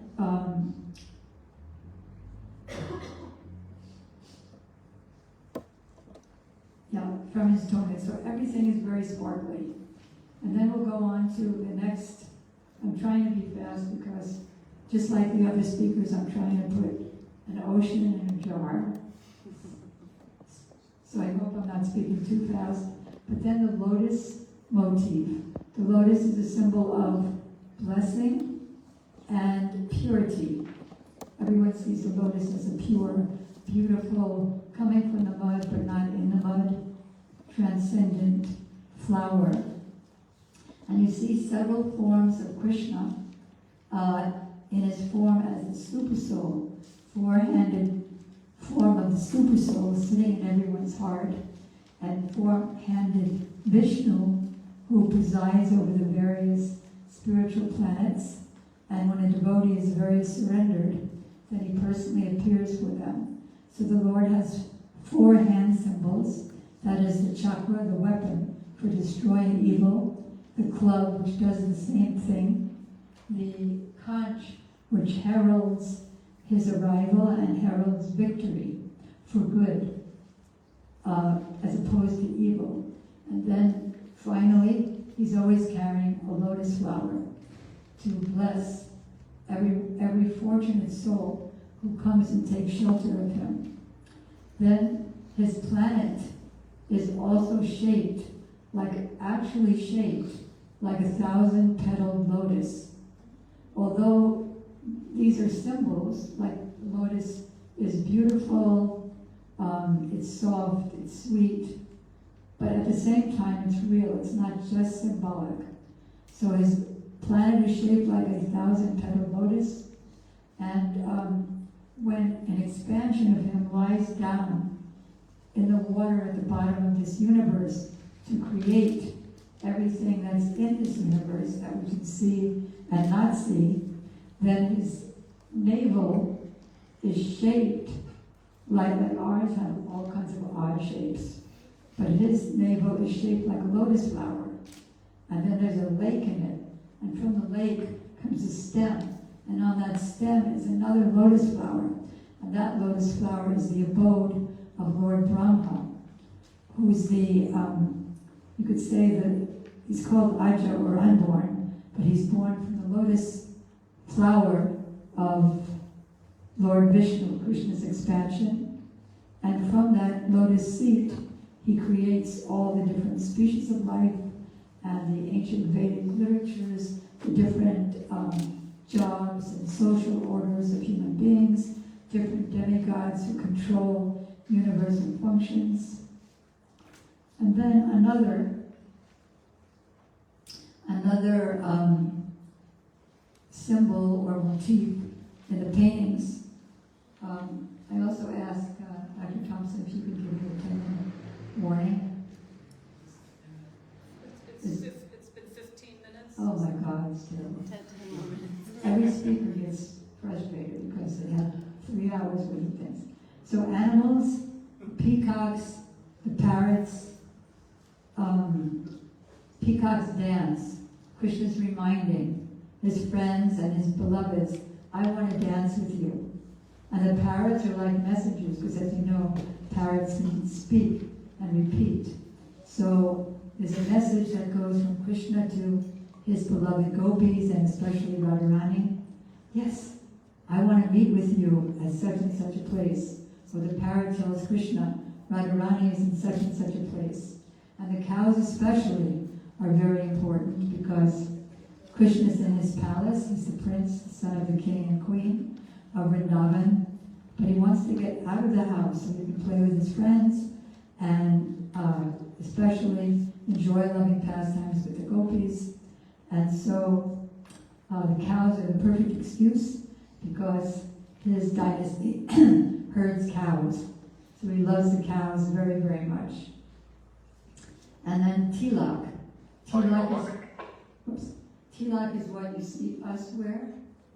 So tilak is a sign of devotion that gives us protection from illusion, from illusion, misery, and all those icky things. And it's like a policeman's badge, because if the policeman shows his badge, then who he's showing it to knows that this policeman has the power of the whole government behind him. Just like that policeman in the back of this room. We know he has some power behind him. So, similarly, when a devotee is wearing tilak, the person can know that it's the power of God behind him, and he knows, here's where I can ask my questions. In Krishna's pastimes, tilak is so that Krishna can wear it to attract all souls to him, because it's not only simple like ours, but it's full of all decorations. And similarly, Radharani wears tilak, which are also a special decoration that enchants Krishna love. You have a magic controlling mantra. So tilak is like that. And then there's the tulsi plant. I'm running right along. There's the tulsi plant. Who I have, I won't say which I have here, I'll say who I have here. Because in our culture, we're supposed to have a tulsi plant at the right of us when we speak. And that gives a spiritual power.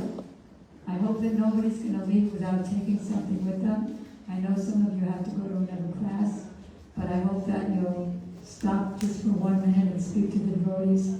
Get some prasadam, some of the lunch meal, and take a couple of books with you, even if you can't give any donation. Doesn't matter. Krishna's taking care of us. Okay, so Tulsi, you'll find her in the paintings of Radha and Krishna, and you'll find her in the paintings of the pure devotees who are also in the paintings. She brings auspiciousness, plus she is also in the form of a gopi, and in that form she choreographs whatever animal is going to be there, whatever atmosphere is going to be there, and she makes every word a song, and every step a dance. So she's the choreographer of that, and she comes here to this material world in the form of a plant. When we water her, offer obeisances to her, pick her leaves, and offer our meal with her on each preparation, everything becomes beautifully accepted by Krishna, and we also become accepted. Then there's colors. The main colors that are as motifs are red, yellow, and blue. You already heard about the yellow and blue. Krishna's blue. Krishna's blue, but he wears yellow because Radharani is yellow, or more specifically golden, and in that way he only wants to be covered by Radharani.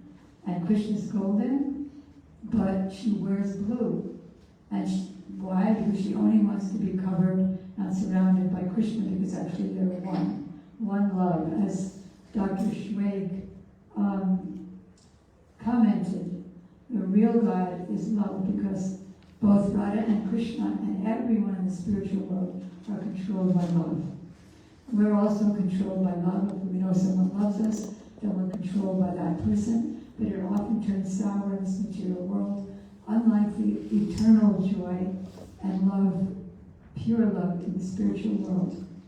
And then there's red. Radharani usually wears a red skirt, which is symbolic of Anurag, which is her special, ever-fresh, ever-new attraction for Krishna. And lastly, piggybacking off Vishnu Priya Goswami, ornaments. So actually, with the pastimes of Krishna in the spiritual world, the personalities beautify the ornaments. And the ornaments, as you heard from also Vishnu Priya Goswami, that Radharani is thinking if Krishna's not here to enjoy, or was that Manjari who did that? Because there was water there. If Krishna's not here to enjoy what I look like, then what's the use of it? Like ornaments become like shafts, like arrows to pierce me. Similarly, my garland. They're so cool, but they become hot like fire. So the ornaments play a part in the pastimes. And interestingly enough, the ornaments in the spiritual world, not in the opulent, where Krishna is four-armed, not in that place, but in the highest planet, in Krishna's many petaled lotus flower shaped planet, there the ornaments are made of flowers. That way they are shiny, like metal ornaments, like jewels, but they're soft and they're fragrant, unlike the jewels here and unlike the jewels in the lower parts of the spiritual world. So I think that I'll close that there. And close that there. Thank you very much, and now it's time for questions for all the panel members.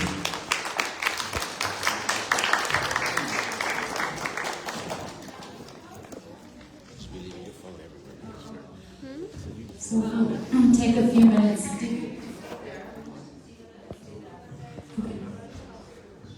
Yes. Okay, and before we end, I just want to let you know we have another event here tomorrow at 6 p.m. Artist talk, devotions, brush strokes of devotion.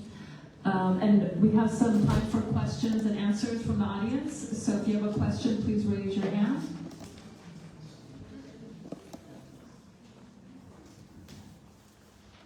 And you can ask any of the speakers, they are on You Zoom. can even ask, what's it to me, always? Question or comments? What's your name? My name is Venus. I don't really have any questions. I feel like this presentation was it covered a broad scope, but I think it just needs to be expanded more. It could use 9 hours. I guess I was going to ask your question. What's it to you? So the whole point,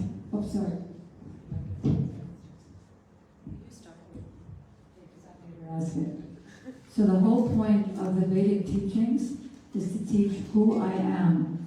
And I'm thinking on this body. But the teaching is like you have a dark gray-ish jacket, and that you're not the jacket. You take care of it, but we're not it. And we're not the shirt either. The black shirt, I'm not the black shirt. To think I am means that we're forced to undergo all emotional turmoil that the body and mind undergoes. Like you throw your shirt and your jacket into the washing machine, and then you think, oh, I'm drowning in soap suds, I'm spinning around, what if I crash into the end of the machine? So the whole point of the Vedic literature is to take us out of the illusory bodily concept, which is full of birth, old age, disease, and death, and to bring us to the factual spiritual planet to realize our own soul, which is by nature full of eternity, bliss, and knowledge. So the books are for that, the kirtans are for that, and the paintings are for that. So I hope you get some before you go. Yes. Not really a follow-up, just another question that came to mind. Could you describe like the nature of your painting practice? Like maybe more like how it happens, what comes to mind, how you, just however you'd like to answer that. All right, I guess I can only answer that one too. All right, so throughout my young life, since I was a child, I always loved art, and I would scribble and make silly drawings. And then in college, I was taking art and history, and so I was interested in both those subjects.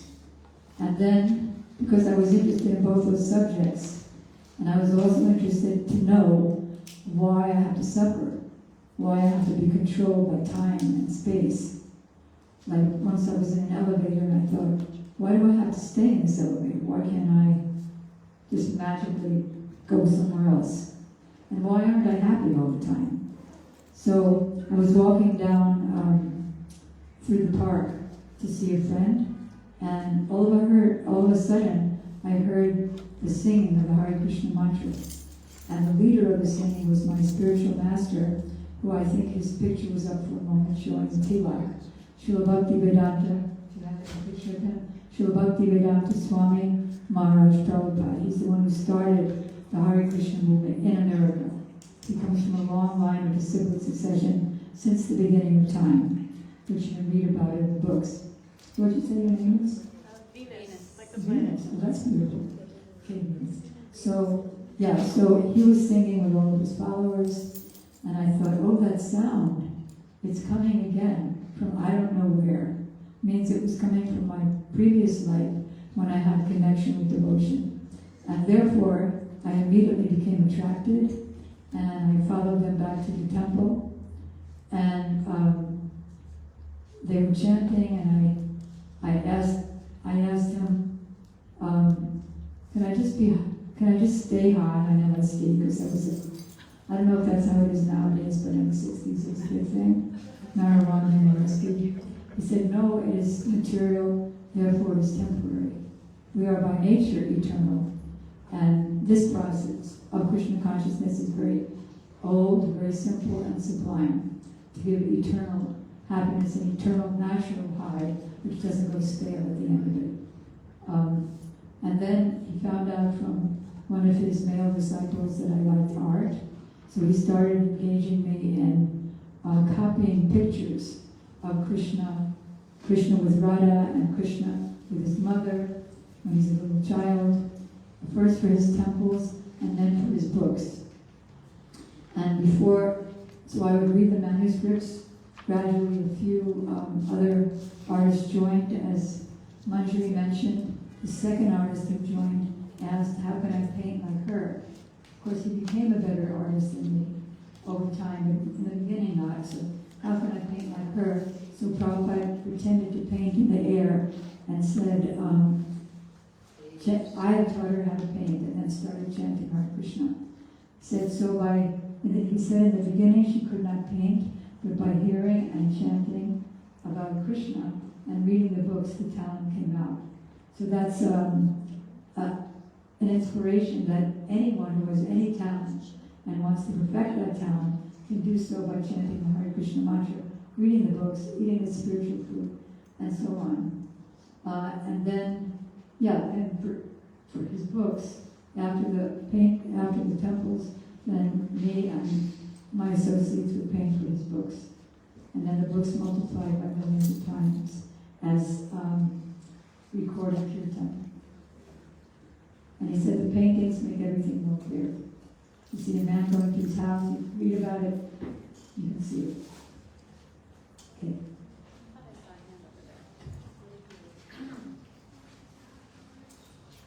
Maybe something for one of the other panel members. We have our other panelists on Zoom. I hope you're giving out books along with the lunch prashadam. Everybody can't leave without a couple of books. That's You're the kidding.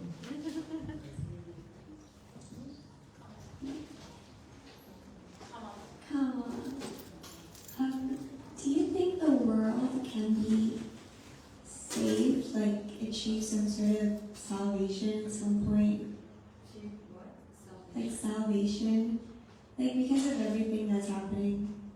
Do you think somehow spirituality could ever reach that? Like truly enter some sort of evolution to the world as much like young people engage with consciousness? Do you think that could lead to love? So I'll ask first Dr. Schweig to respond. Okay, can you hear me? Yes. Okay. If I heard the question correctly, how do young people, how can spirituality of this kind be effective or helpful to young people in dealing with problems in the world? Not quite. Say it again. Do you think that That spirituality, like the more young people engage in spirituality, then we can actually help the troubles of the world in the adult people, like in war and Yeah. politics. Yeah, good. That's a really good question. I'll be real simple. The Bhagavad Gita, again, one of the greatest spiritual texts of all time, begins with a person having a breakdown because of what's happening in the world. It's all about addressing the very subject about which you're speaking. How do we deal with a world of conflict, pain, and suffering? And the Bhagavad Gita delivers a very powerful message about how to go within. Because all wars on the outside begin with the wars on the inside. That's where it all begins. If we don't address the wars and the conflicts within ourselves, then these are taken outside, and then there's more suffering in the world. So the Bhagavad Gita is the best way to address your question, which is an excellent one, which is essentially the question of the protagonist of the Bhagavad Gita, namely Arjuna. So please read Bhagavad Gita. And don't hesitate to get back to me if you have any more questions. So that's a resounding yes. Yeah, Through yoga. that's right. Krishna says in that text, be a yogi, Arjuna. That's the answer to your problem. Be a yogi. Go within deeply, find the world within your heart, and then be able to come out into the outer world and be able to address anything with greater strength, greater vigor, and greater love. Any question here? What's your name? My name is Adrian. When you start painting, how do you enter the flow state? Like, how do you start flowing when you're painting? You know what I mean by flow? I think we have a question from the Zoom audience. Vishnupriya has a Okay, question. just a moment. We have a question here from Adrian. He asks Shamaranidhi, when you're painting, how do you enter a flow state? Well, as I mentioned, I'm always hearing while I paint. I would be always hearing the lectures and the kirtans. So that enters into me and helps me because I have no idea what the spiritual world looks like, even with the descriptions in the book. So at the same time I'm hearing the lectures, although there are descriptions in the book, that helps. But then I'm hearing lectures and hearing kirtans and speaking about Krishna. while I paint, if anybody comes to look at it. So I'm absorbed, and that helps a lot. And I told, so there are two teachers that taught me how to paint and develop my paintings and gave me what to paint. With one of them, I already mentioned Prabhupada, then Srila Bhakti Narayan Goswami Maharaj is my instructing guru, and a lot of the paintings were inspired by him, requested by him. So I told him that, I feel like I'm painting in the dark. I don't know how to paint the spiritual world even with its scripture, because it doesn't look like this material world. So I do a stroke, and then I think, okay, who's going to do the next stroke? But there's nobody there, it's only me in the room. All right, I'll try it. So I feel like I'm painting in the dark, so he said, then paint by my light. Just remember me, be absorbed in the teachings, and then by that light you can paint, and that's what worked. Yes, he's painting a question on So that's a Zoom question.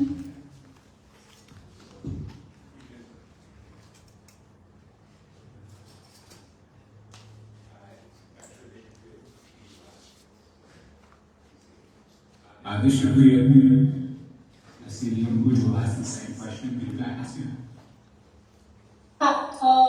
No, yeah, so I asked a question during the presentations to Shravani Didi, in the one where there's the girl singer, Krishna dressed in the Chamatkar Chandrika. So I was wondering how can we identify that it is Krishna dressed as a gopi, because in Prem Samputa there are clear marks that there is Krishna and he has taken on the garb of a gopi. But are there any more indications in the second painting? Because I can see that there is Shyam Varna, but besides that, if she can explain to me that there is Krishna, second painting, any motives in particular? So to repeat, she's asking, how can Krishna in the picture Chamatkar Chandrika, where Radharani is feeling upset with Krishna, she doesn't want to talk to him, so he disguises himself as a female singer, and then his gopi friend who brings him makes up this whole story that he was a beautiful singer on earth, and then from the heavenly planets, the priest of the heavenly planet loved her singing so much that he took her up to the heavenly planets and for a year taught her how to sing, how to be the best singer, and now came back to earth. And so now she's, quote unquote, she's singing for Radharani. And so, Vishnupriya, the reason that you can't recognize him is the same reason that even Radharani couldn't recognize him. It wasn't until later when she said, oh, you're my friend, I want you always to be with me, and let me embrace you. And then there was some sign language between her and her other friends who you see in the background, that, I think he's that Shyam, Krishna, they told her.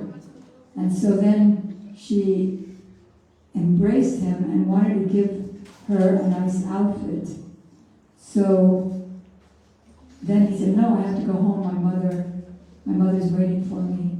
And then that's when they knew that it was Krishna. And then they started laughing, because they realized it was really Krishna. But even Radharani, who is Krishna's own power, without which he couldn't be God, even she couldn't recognize him at first. But the reason he was singing so beautifully is so that her heart would melt. So you can see she has tears, and her gopi friends in the back, they also have tears. So with his Yogamaya potency, he doesn't allow himself to be recognized, because he always does such a good job. And then he also speaks in a voice that's the most beautiful, sweet, feminine sound. Does that answer the question? Yeah, that's a wonderful description. Thank you so much. Okay. You're the top.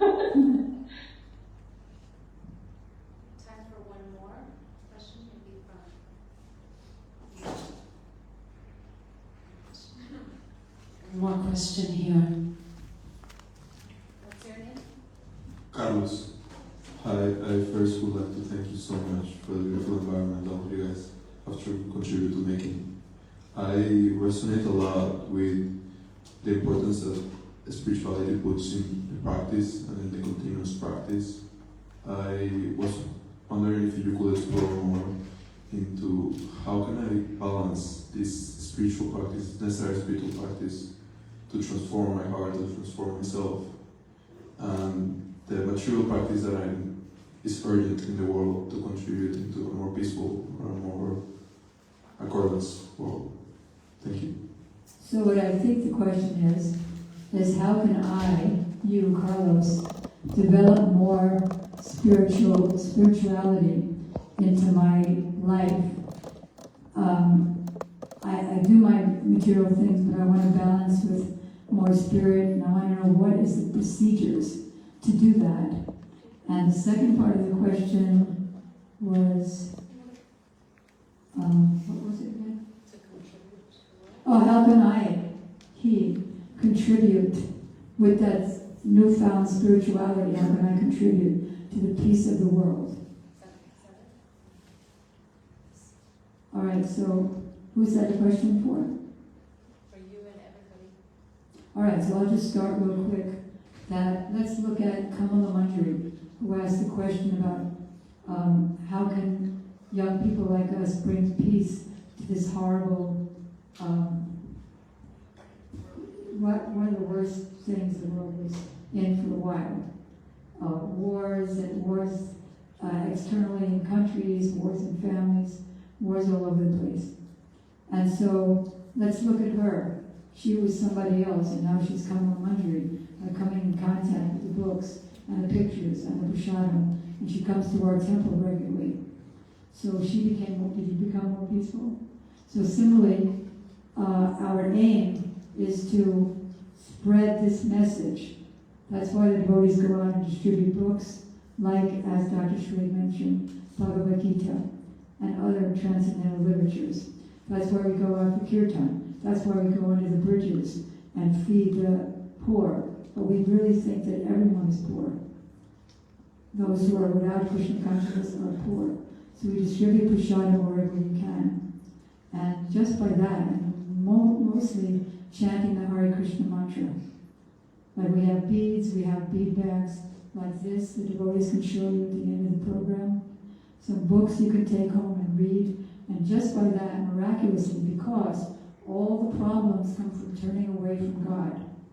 God is light, Maya or illusion is darkness. As soon as we turn away from the light, see, as soon as I turn away from the light, my hand is in darkness. If I turn back to the light, my hand is in the light. It's as simple as that. Get that? Got it? It's simple. Simple and sublime, but most difficult to accept. Why? Because we're so attached to enjoying this dead matter. Thank you for that question. I would like to answer just briefly what comes to mind, and then I would like to ask Dr. Schweg also to respond, but how to bring that balance in life with our spiritual practice and our material responsibilities.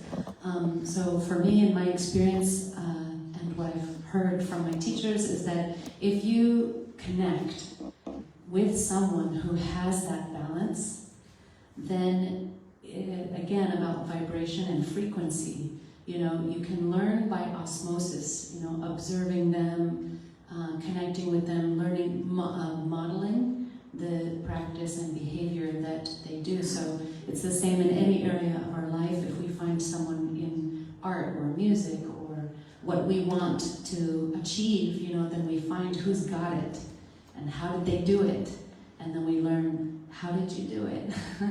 And then by developing that relationship with Bhakti yogis, and those who have that balance, you just feel it, like when you're in their presence and when you discuss matters with them. So that's my first intuition, is that connection with devotees and people who are in that balance and really living that, the living example of that peace and spiritual contribution to the world inspires and transforms us. Dr. Schweig?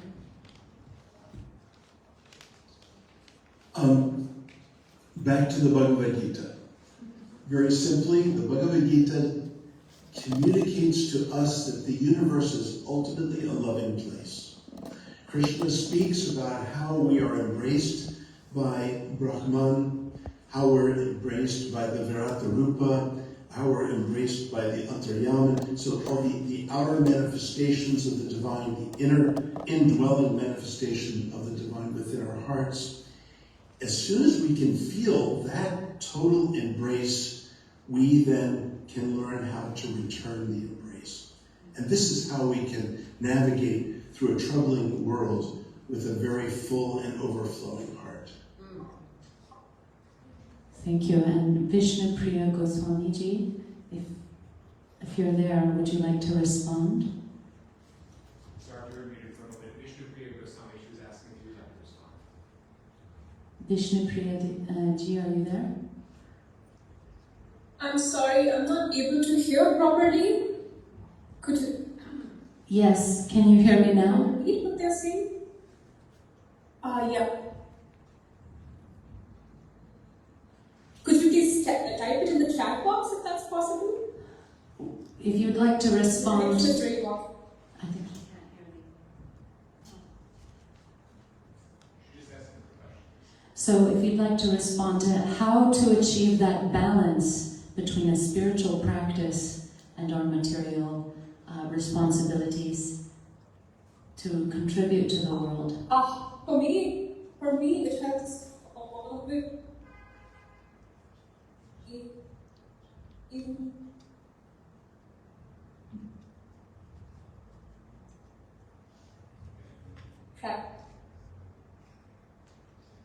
We can't hear you. You're speaking. Yeah, think of what about. My name is Sadhna, that is through art, and since I was 3 years old, and has experience. Am I audible? Go again. Am I audible? Now we can hear you. Say Yeah. it again, please. I was saying for me, it has always been the art. I've been practicing dance since I was 3, and it has been a wonderful journey. There have been ups and downs and everything as what an artist experiences, but it has been so close to God. My first performance was in the temple courtyard, that it has made me disciplined in multiple ways, and it has made me more and more strong, understanding, emotionally intelligent. And I'm really grateful that I've had those experiences to be what I am right now, and I look forward. And this is an incredible journey. So for me, I think I would say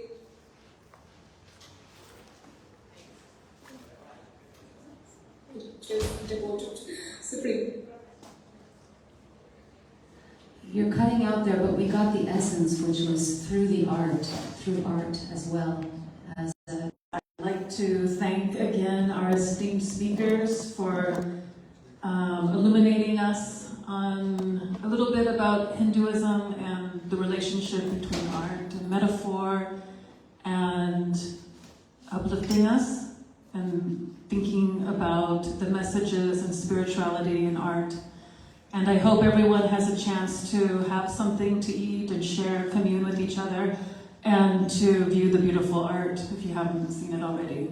So thank you once again for sharing your knowledge to the students and the community in Miami.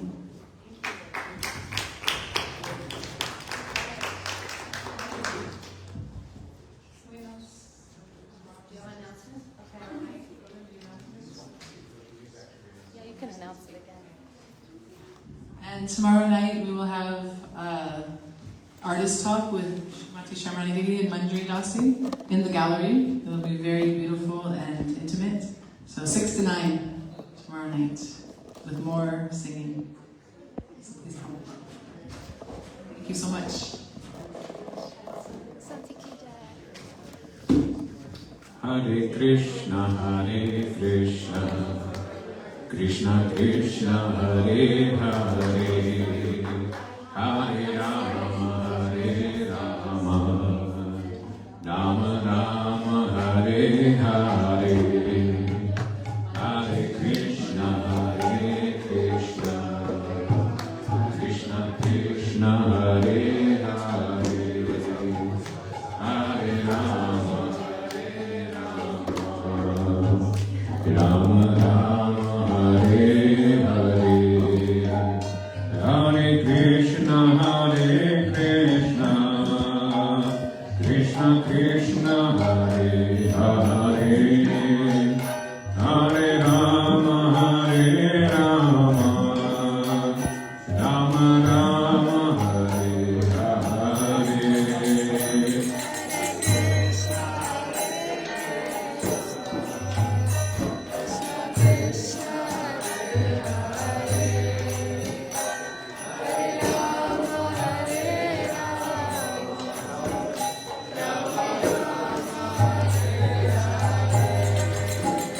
Hare Krishna, Hare Krishna, Krishna Krishna, Hare Hare, Hare Rama, Hare Rama, Rama Rama, Hare Hare.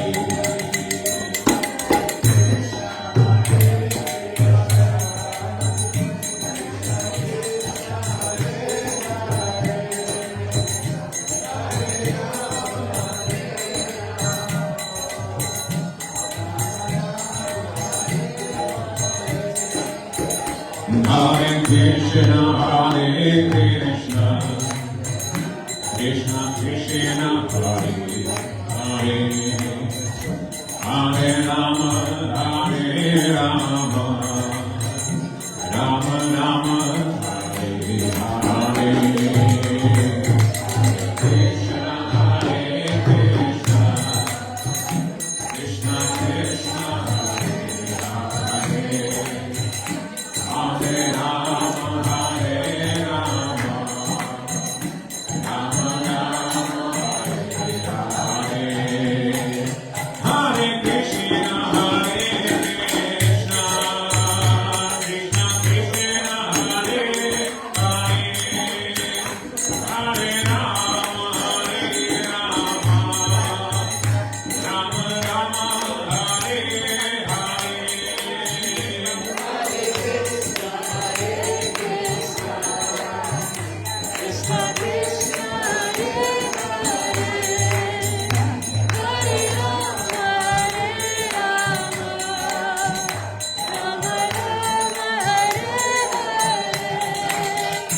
Hare Krishna, Hare Krishna, Krishna Krishna, Hare Hare, Hare Rama, Hare Rama, Rama Rama, Hare Hare.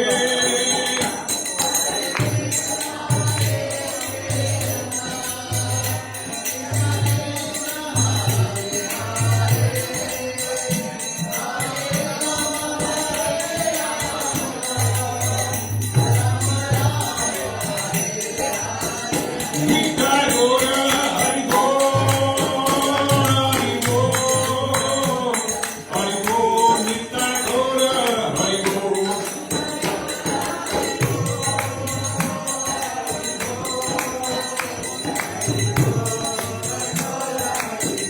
Nitai Gora, Hari Bol, Hari Bol, Hari Bol, Nitai Gora, Hari Bol.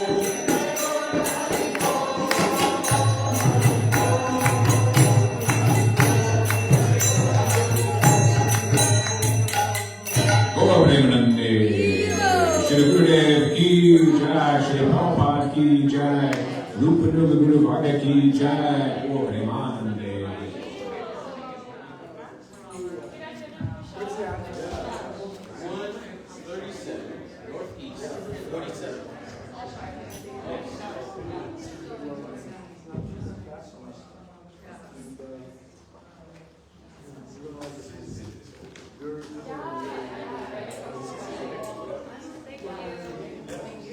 Thank you.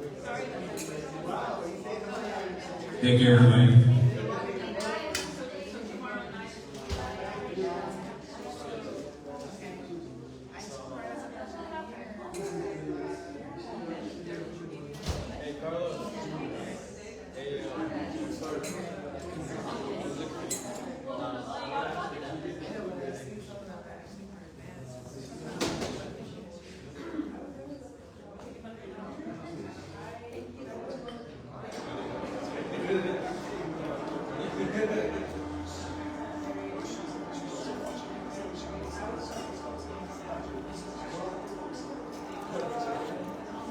Are all the students that were in her class, are you all students?